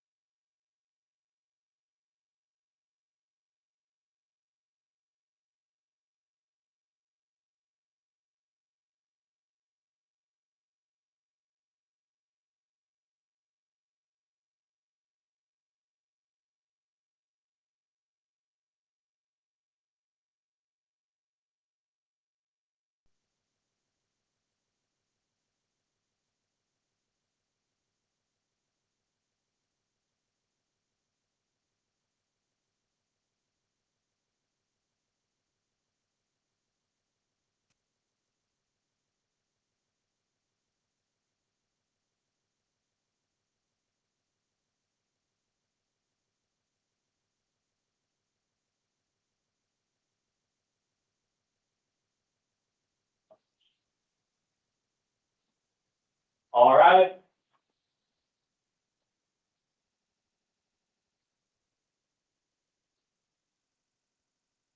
Please be seated.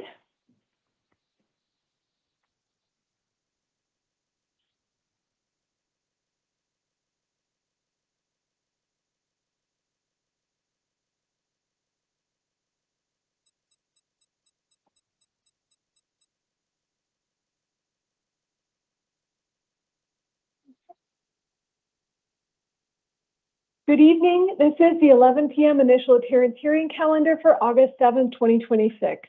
The court's orders for taking of DNA and fingerprints that were given on the first calendar of the month shall apply to all matters on this calendar. As you just heard in the recording, this is a very specific type of hearing. I will tell you why you are here, if an attorney has been appointed for you, where and when your next court hearing will be, if you are eligible for release, what your release conditions are, and any bond amounts required. I will not read all the release conditions to each of you. That is your responsibility to review, but I may point out a few depending on your case. You all do have the standard release conditions, which include you must attend all your future court hearings.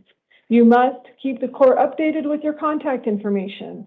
You must not possess or consume drugs without a valid prescription, and you must not drive without a valid license. You are all here today on criminal matters. That means you do have the right to remain silent. Anything you say or do may be held against you. This hearing is being recorded. It is also being broadcast live via live stream. I will ask you for your name and your date of birth. There may be victims watching the live feed, so I will read a victim rights advisement, and then we will begin with your hearing.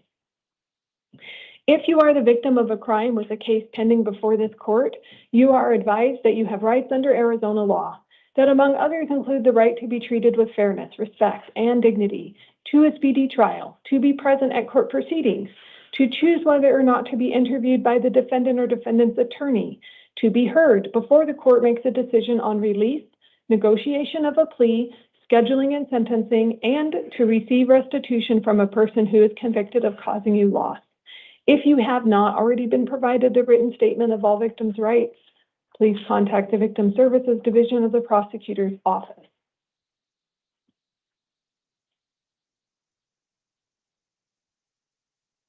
Okay, just check.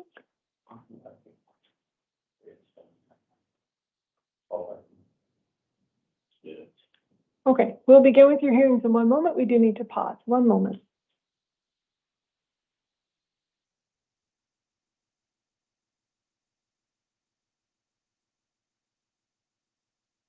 We'll now begin with your hearings. I'll call you in one at a time. When it is your turn, come stand at the podium in the center of the room and speak into the microphone. I will call a second person's name to have a seat in those chairs right there by the door. Looks like you're already well organized. And that way we can move through the hearings efficiently. Once in a while, I'll have to pause the hearings to handle warrants. So please remain seated by the door until your name is called to come into the hearing room. Be mindful, once you step through that door, you are going to be on camera, you are going to be recorded. So take a minute while you're sitting there by the door to get ready. If that means you're moving your hat or your hoodie or taking your arms out of your sleeves or making sure your pants are up, all those things, do that while you're sitting there by the door so that when you walk in, you look like you want to look when you're on camera. At the end of your hearing, you're going to be provided with some paperwork. The paperwork has all the information that you're about to receive, and that includes the date, time, and location of your next hearing, your attorney's phone number if one is appointed for you, those release conditions that you need to review to make sure you don't accidentally violate any of them. Hold on to that paperwork. It's important information for you to have. We'll begin tonight with Martin Garcia. Please come to the podium, and after that is Tara Garcia. Have a seat by the door, please. And then after that will be Robinson Silk. Good evening, sir. Please say your name and date of birth. Martin Garcia, 615 of 80. Thank you, sir. You're here today on a new case. It was alleged that you may have had dangerous drugs in your possession. That's a class 4 felony. This court did find probable cause and appointed an attorney for you. Your next hearing will be downtown Phoenix on August 12th at 8:30 in the morning. Because you were out on pretrial felony release already, under the Arizona Criminal Rule 4.2A7A, you are not eligible for bail today. So you'll have another hearing, and that will be on August 14th at 8:30 in the morning, where they'll determine if you can become eligible for bail. Please take your paperwork, sir. Tara Garcia, please come to the podium. Robinson Silk, have a seat by the door, please. And then after that will be Michael Artunes. Please say your name and date of birth. Tara Garcia, 3588. Thank you, ma'am. You are here today on a new case. It's alleged that you may have had narcotic drugs in your possession for sale as a Class 2 felony. Also that you may have been transporting narcotic drugs for sale as a Class 2 felony, narcotic drugs in your possession for your own use as a Class 4 felony, and then drug paraphernalia as a Class 6 felony. This court did find probable cause, appointed an attorney for you, and your next hearing is August 12th, 8:30 in the morning, downtown Phoenix. Because you were already out on felony release in 2 other matters under the Arizona Criminal Rule 4.2A7A, you're not eligible for release today. You do have another hearing August 14th, 8:30 in the morning to determine if you can become eligible for bail. This is all written out on your paperwork. Please take your paperwork, ma'am. Thank you. Robinson Silk, please come to the podium. Michael Artunes, make sure you're sitting by the door, please. After that is Jordan Crawford.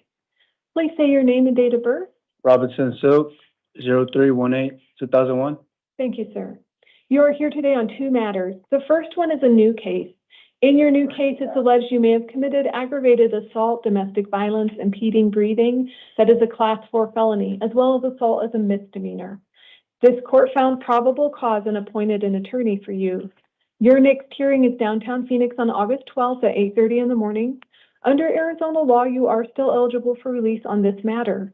So a $10,000 secured appearance bond has been set with electronic monitoring device.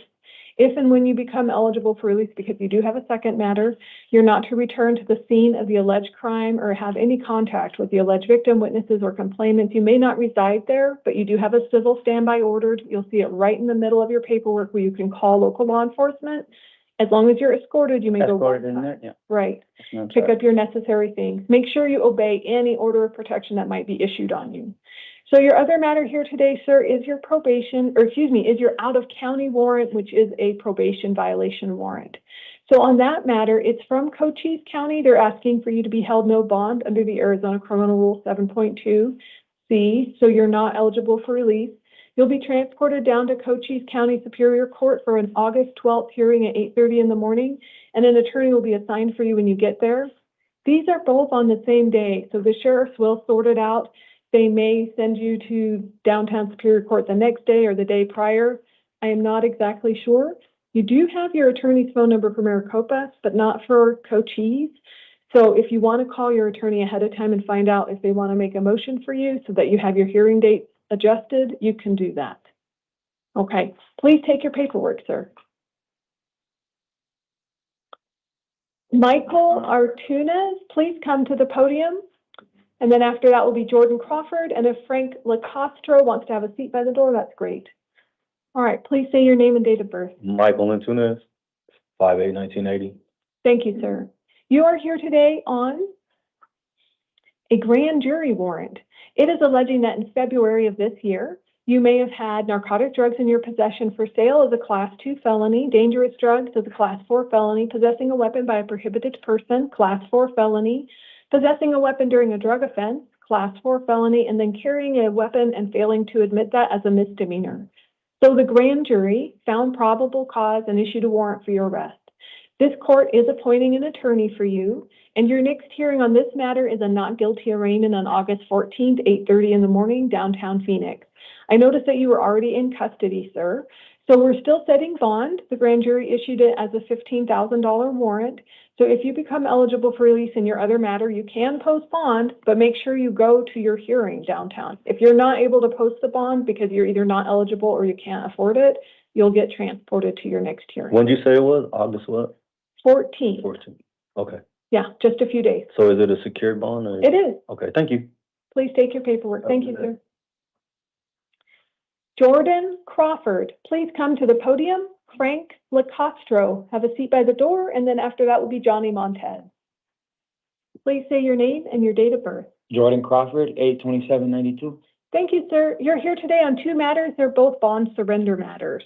So it appears that your bonding company has decided or alleged that you may have violated your conditions of release, and they are surrendering you, and now you have your bonds reinstated.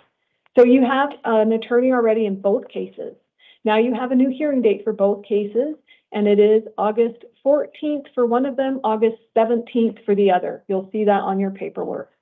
On the one that's the 17th, that has a $25,000 bond. It's the same as before. It's cash.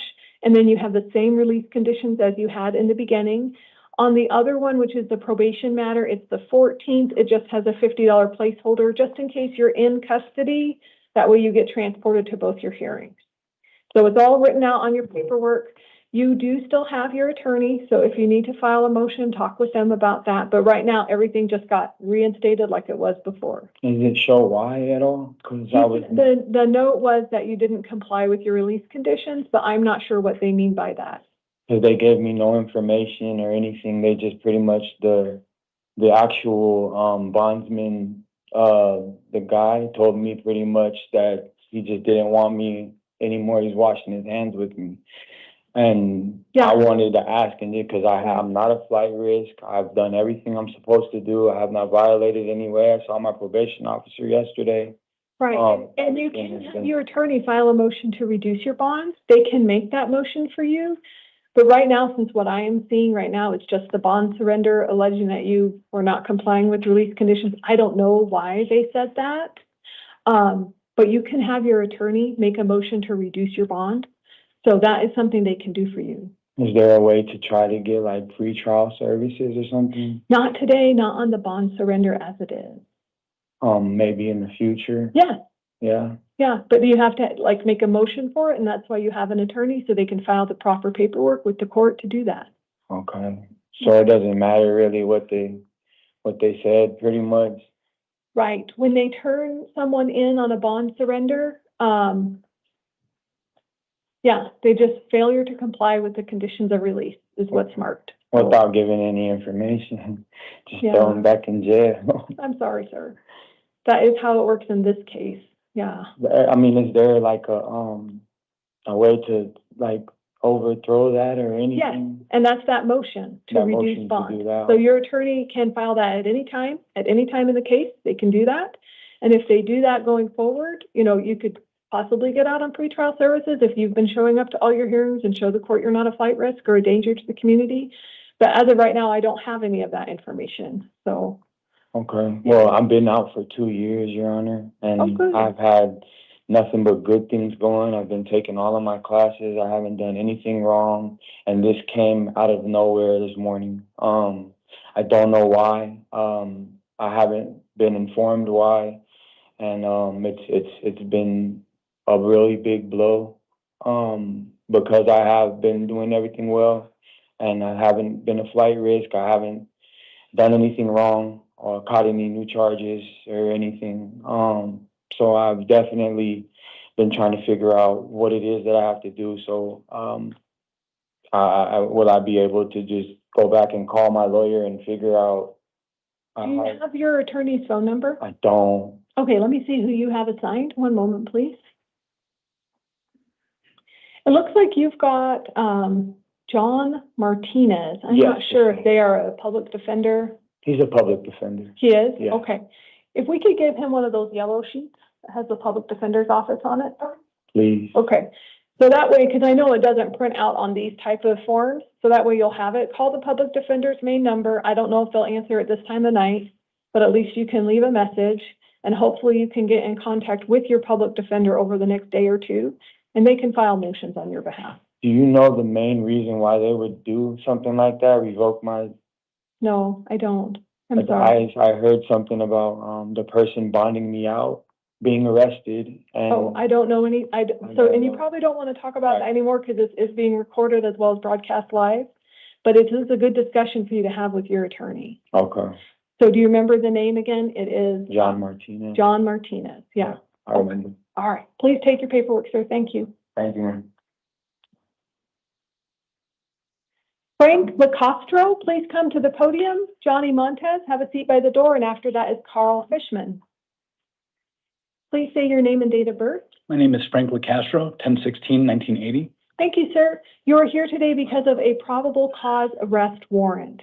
So this court found probable cause, issued a warrant for your arrest, and now you are here. You have an attorney appointed to assist you. The allegation is making terroristic threats, which is a Class 3 felony, and that was from July 9th. So your next court date is August 12th, 8:30 in the morning, downtown Phoenix. And you do have the opportunity to bond out. It's a $25,000 secured appearance bond with an electronic monitoring device. Okay. You're not to return to the scene of the alleged crime or have any contact with the alleged victim, witnesses, or complainants. You must obey any order of protection or injunction against harassment that might be served on you. Please follow your release conditions carefully. They do apply, the no victim contact, whether you're in custody or out of custody. Okay. Thank you, Your Honor. Please take your paperwork. Thank you, sir. Johnny Montez, please come to the podium. Carl Fishman, have a seat by the door. And after that's Mariano Martinez. Good evening, sir. Please say your name and date of birth. Johnny Montez, 4587. Thank you, sir. You are here today on a new case, and it is alleging that you may have caused criminal damage as a Class 5 felony and that you were criminally trespassing as a Class 6 felony. This court did find probable cause and appointed an attorney to assist you. There were state recommendations as well as a victim impact statement considered, and so you are still eligible for release. Your bond is set at $20,000 with supervision. If you're able to post your bond, it's secured bond. Make sure you call your you don't have a probation officer. Make sure you don't go back to the scene of the alleged crime. No contact with the alleged victim, witnesses, or complainants. You must obey any order of protection that is served on you. Yes, sir, you had a question. I don't have no money, so I'm just staying here. Yes, sir. If you cannot post your bond, you'll stay in custody and you'll be transported to your hearing on August 12th. What's today's date? Today is the 7th. It's almost midnight, so it's almost the 8th. So the 12th. 10% of 2,000? That's up to the bonding company. The 12th is Wednesday, just so you know. So how much is it again? $20,000 secured. 2,000. Please take your paperwork. Thank you, sir. Carl Fishman, please come to the podium. Mariano Martinez, have a seat by the door. Mary Beth McCauley, have a seat also by the door.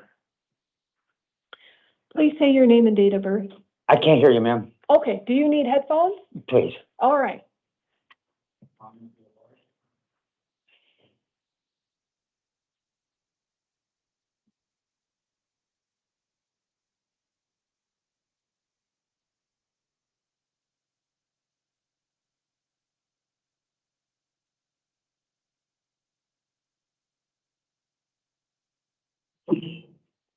Thank you. Much better. Okay, great. Please say your name and your date of birth. Carl Leonard Fishman, August 6, 1965. Thank you, sir. You are here today on a new case. It is alleged that you may have caused criminal damage as a Class 6 felony. Based on the law enforcement report, this court found probable cause and appointed an attorney for you. Your next hearing is August 12th at 8:30 in the morning, downtown Phoenix. You do have bond. It's $1,500. If you're able to post that, you would be released with pretrial services. So that means you'd need to call them within 72 hours. They would supervise your release until the 12th, which is next Wednesday. You're not to return to the scene of the alleged crime. You're also to obey any injunction against harassment that might be served on you. If you're not able to post your bond, you'll stay in custody and be transported to your next hearing, and the next judge may change these orders.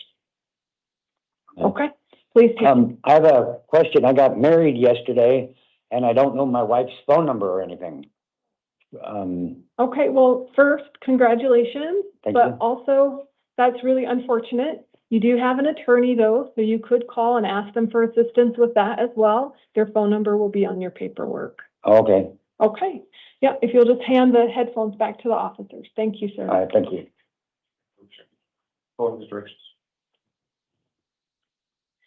Mariano Martinez, please come to the podium. Mary Beth McCauley, have a seat by the door. After that is Thomas Ulibari. Hi, Judge. Please say your name and date of birth. It's going to be Mariano Martinez. My date of birth is going to be 09/17/2003. Thank you, sir. You are here today on 3 matters. The first one is a justice court warrant from San Marcos Justice Court. It shows that it's a failure to pay warrant and that you've been here at the IA court a few times for this exact warrant. Yes, So ma'am. this time an attorney is being appointed for you. Your next hearing at San Marcos is August 12th, 8:10 in the morning, and you have a $100 bond on this matter.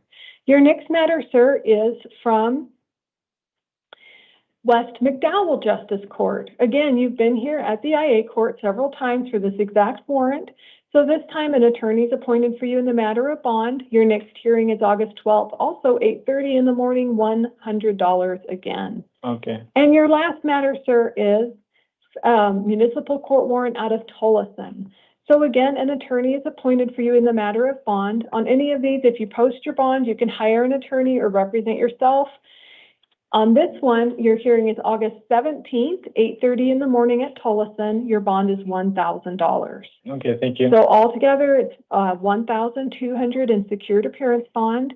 If you're able to post your bond, make sure you go to your hearings because two of them are on August 12th. Let me just double check that. Yes, I have included their phone numbers for you so you can call. One's at 8:30, one's at 10, but if you don't make it in between, you'll want to call them and let them know you're coming or make sure they understand you're going to take care of this. Yeah, of course. Even if you post the bond, unless you go to these court jurisdictions and resolve your warrants, you'll end up back here. Yeah, no, I understand the process. The last time I was here, I lost my job due to being here, and then I was hoping to be released too as well because I started at McCarthy this week and I already missed today. I was hoping to make it tomorrow as well. You know, sir, I would love to release you except for you've missed so many times and you've come through here. Even if all you do is call them and set up a payment plan, they'll stop issuing warrants for you. I've tried it. Okay, so you understand the process. I understand. All right, please take your paperwork, sir. Mary Beth McCauley, please come to the podium. Thomas Ulibari, have a seat by the door, please. After that will be Eric Florendo. Please say your name and date of birth. Mary Beth McCauley, 5385. Thank you, ma'am. You're here today on a probation violation warrant alleging terms 3 and 5. An attorney has been appointed for you and your next hearing is August 14th, 8:30 in the morning, downtown Phoenix. Your bond is $1,000. If you're able to post your bond, make sure you go and call your probation officer and go to your hearing. I did note in your APEX notes, you have been keeping up on all your testing, but you haven't been in contact with your probation officer, which is why this warrant is still valid. Okay, please take your paperwork, ma'am. Thomas Ulibari, please come to the podium. Eric Florendo, have a seat by the door. After that is Brianna Hardidas.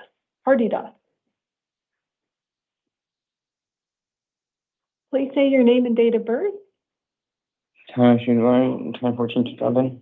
Thank you, sir. You're here today on two matters.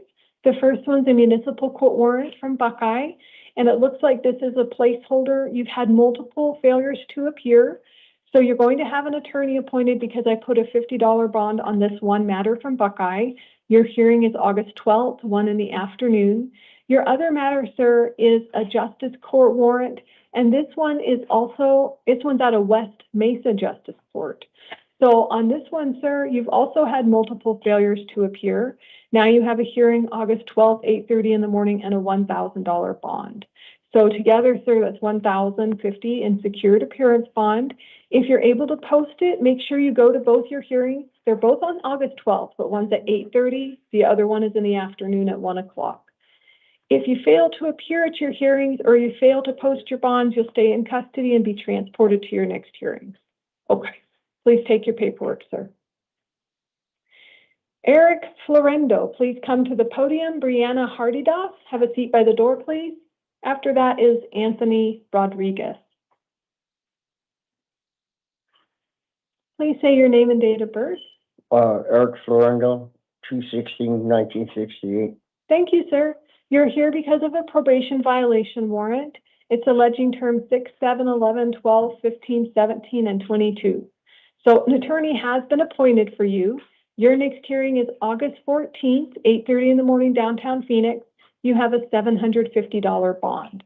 If you can post it, call your probation officer and go to your hearing. Follow your terms of probation. All right, please take your paperwork, sir. Brianna Hardidas, please come to the podium. Anthony Rodriguez, have a seat by the door, please. And then Jacob Ramirez will be next. Hi, I'm Brianna Hardy-Dawes, September 795. Thank you, ma'am.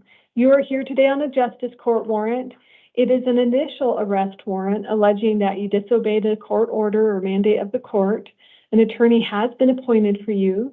Your next hearing is at Santan Justice Court, August 12th, 8:30 in the morning. You have a $680 bond. If you're able to post your bond, make sure you go out there to Santan. If not, you'll stay in custody and you'll be transported to your next hearing.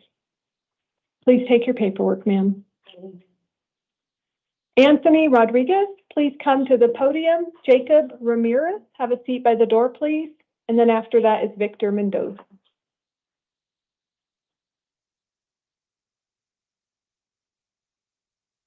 Please say your name and date of birth. Anthony Rodriguez, 12484. Thank you, sir. You're here today on 4 matters. 2 of them are new cases. We'll talk about the felony case first. It is alleged you may have had dangerous drugs in your possession as a Class 4 felony, and then drug paraphernalia as a Class 6 felony, and that you resisted arrest passively as a misdemeanor. This court found probable cause based on the law enforcement report. An attorney has been appointed to assist you. Your next hearing on this matter is on August 12th, 8:30 in the morning, downtown Phoenix. On the new felony matter, there's a $50 placeholder bond because you do have higher bonds in other matters. You have your regular terms of probation. Looks like you are on probation, and you may travel outside of Maricopa County because one of the issues here is an out-of-county warrant. So your next matter, that's a new case, is a justice court case alleging interfering with a peace officer as a misdemeanor.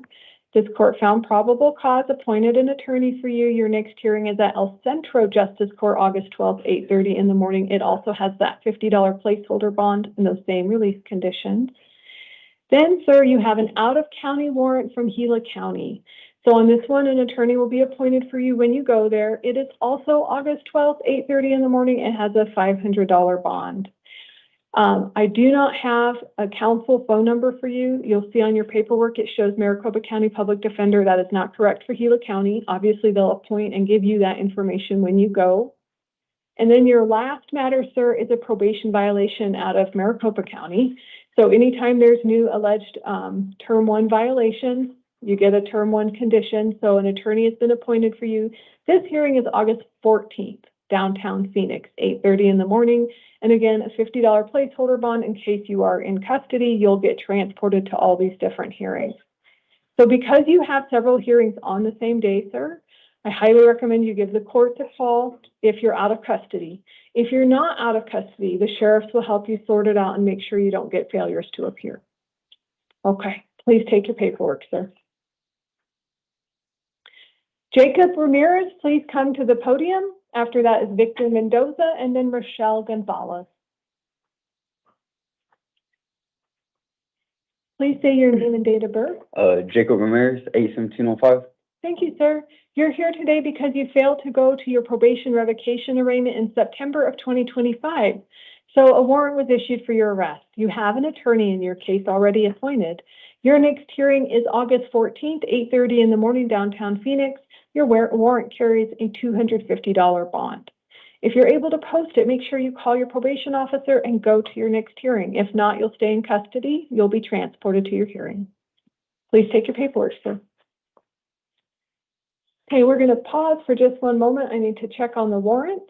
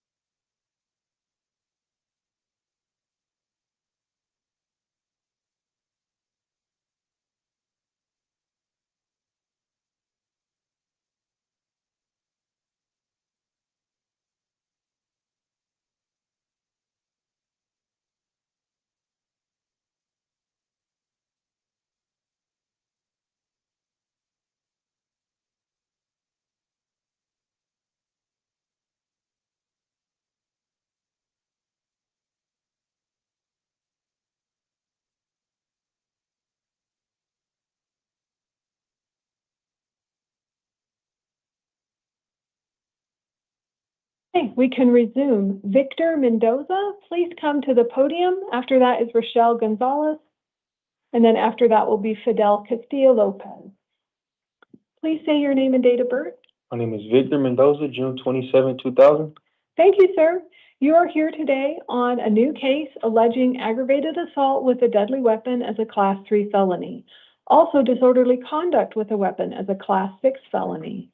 This court did find probable cause based on the law enforcement report and appointed an attorney to assist you. This court also reviewed the state's recommendations of $150,000 in cash, as well as a victim impact statement.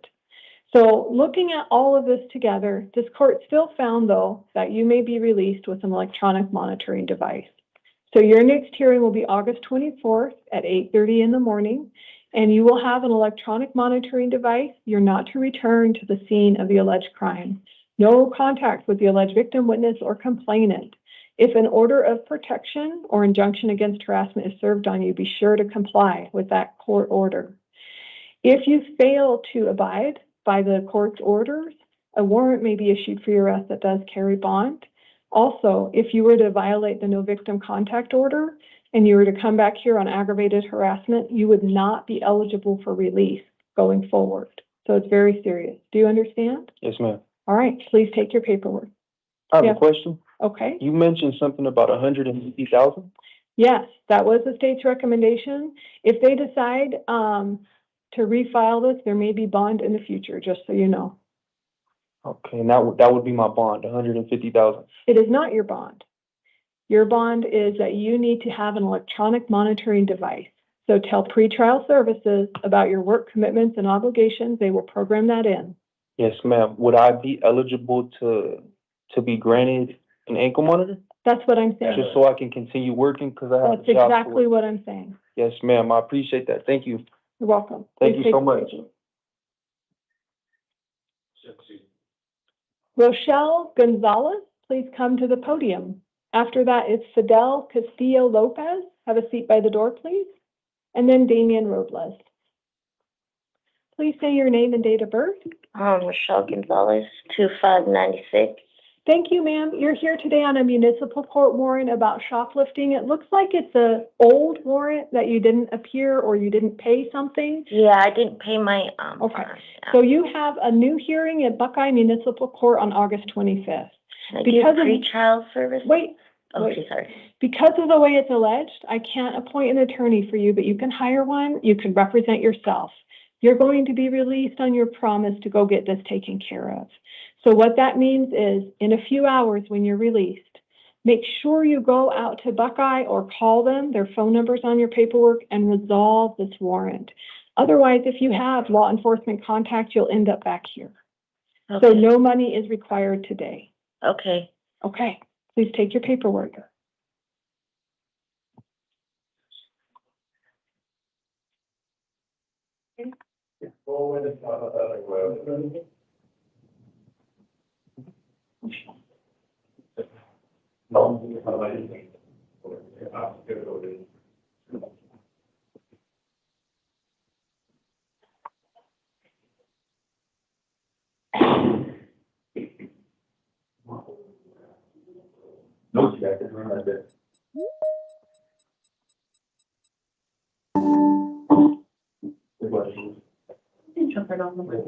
Thank you. This is Commissioner Gentry in the initial appearance hearings. I need to ask the interpreter first, will you swear or affirm that you will directly translate my words from English to Spanish and the defendant's words from Spanish to English exactly as we say them or to the best of your ability? Yes. Thank you. We will begin. Mr. Castillo Lopez, please come to the podium.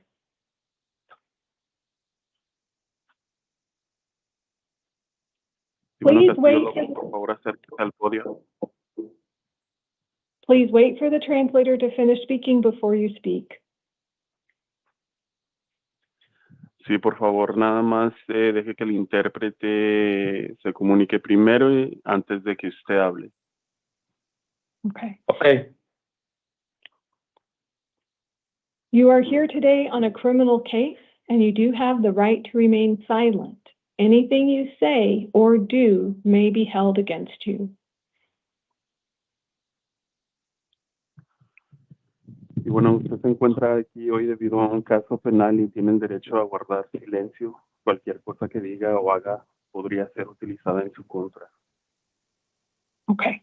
And for the interpreter, you seem to be fading out, so if you could put your microphone closer to your mouth, perhaps, that would help. Okay, yes. Is this any better? Yes, thank you very much. Please say your name Okay. and date of birth. Okay. Please say your name and date of birth. Okay, por favor indique su nombre y fecha de nacimiento, por favor.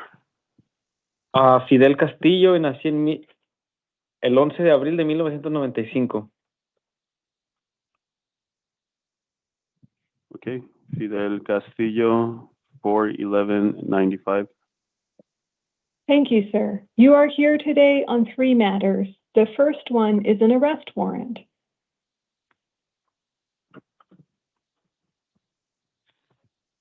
Está aquí hoy por 3 asuntos. El primero es una orden de arresto. The state is bringing charges against you that in November of 2025, you may have committed 2 counts, aggravated driving under the influence, which is a class 4 felony.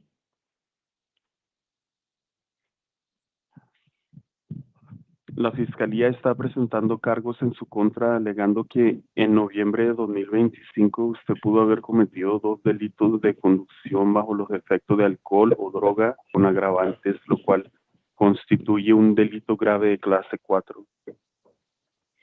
An attorney has been appointed for you for your next hearing downtown Phoenix on August 12th at 8:30 in the morning.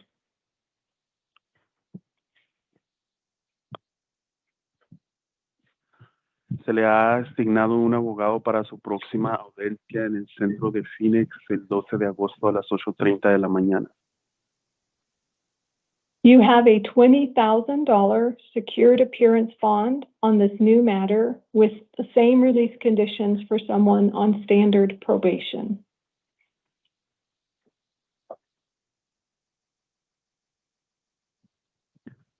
Tiene una fianza de comparecencia garantizada de $20,000 en este nuevo asunto, con la misma condición de libertad que se aplica a alguien en régimen de libertad condicional estándar. Your other 2 matters are your probation violations.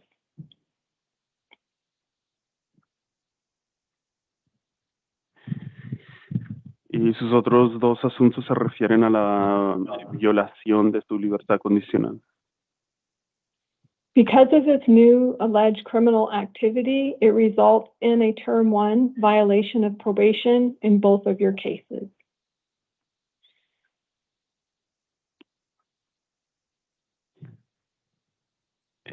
Debido a esta nueva presunta actividad delictiva, se ha determinado que ha incurrido en una violación de libertad condicional en ambos casos. So attorney has been appointed for you for both cases, and they'll both be heard downtown Phoenix on August 14th at 8:30 in the morning.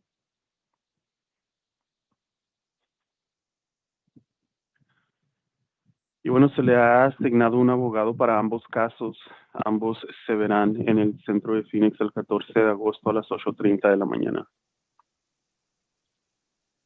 Because of the nature of your probations, on one of them there is a $100 bond, but on the other one you are not eligible for release today.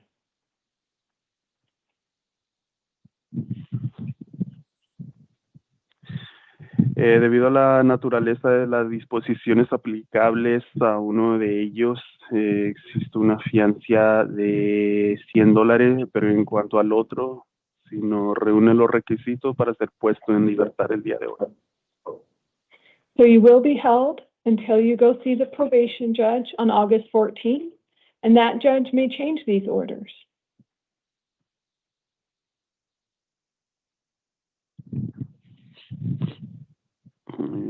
Permanecerá detenido hasta que comparezca ante el juez, su señoría, de libertad vigilada el 14 de agosto.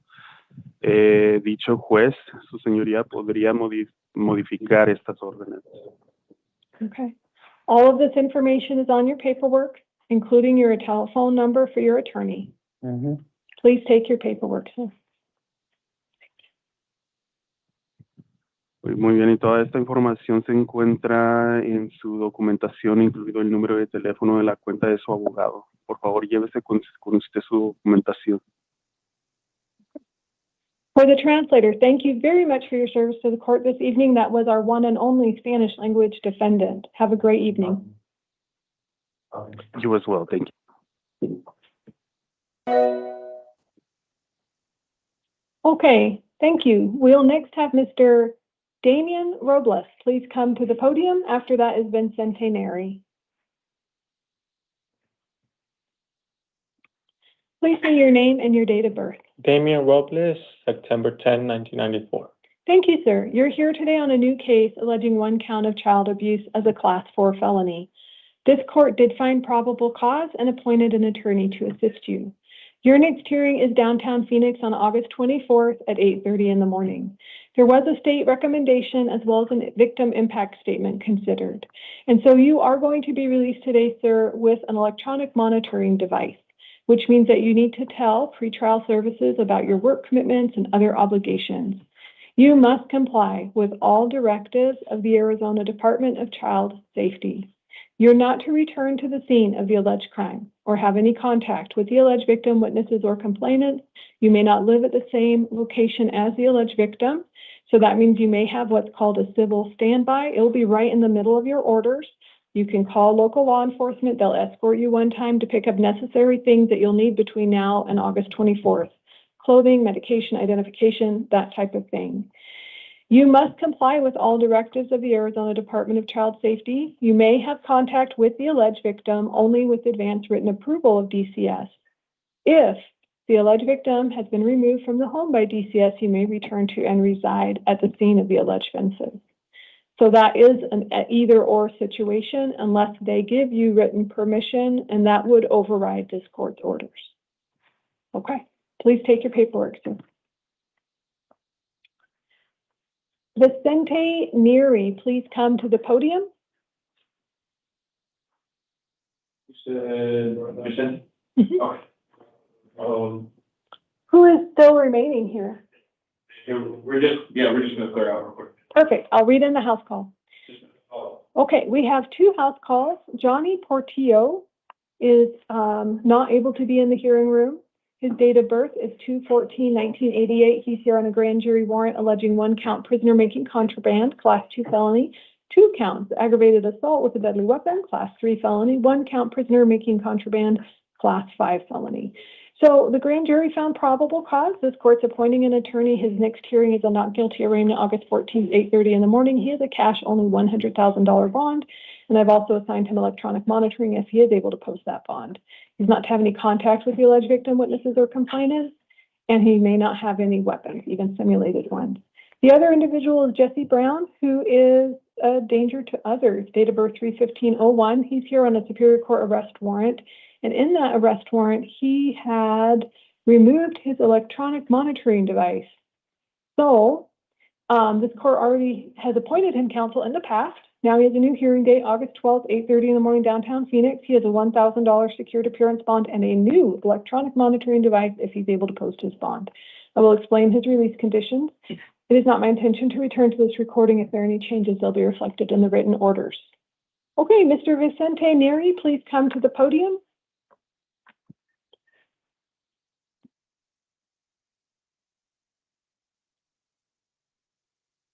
Please say your name and date of birth. Vicente Antonio Neri, 10/25/01. Thank you, sir. You are here today on a grand jury warrant. It's alleged you may have committed 3 counts, sexual exploitation of a minor, which is a Class 2 felony. The grand jury found probable cause and issued a warrant for your arrest. This court is appointing an attorney to assist you in this matter. Your next hearing is a not guilty arraignment on August 14th, 8:30 in the morning, downtown Phoenix. And the grand jury set the bond at $150,000 cash. If you're able to post that bond, you'd be released with an electronic monitoring device, and you do have release conditions. You're not to have any contact with minors, and you're only to use the internet for your work or your pending legal cases, make sure you review your other release conditions as well if you're able to post your bond. If you cannot post your bond, you'll stay in custody, and then you'll be transported to your next hearing. Okay, please take your paperwork, sir. Thank you. All right, Mr. Neary was our final defendant for the 11 o'clock initial appearance hearing calendar. It now stands in recess until 2 a.m.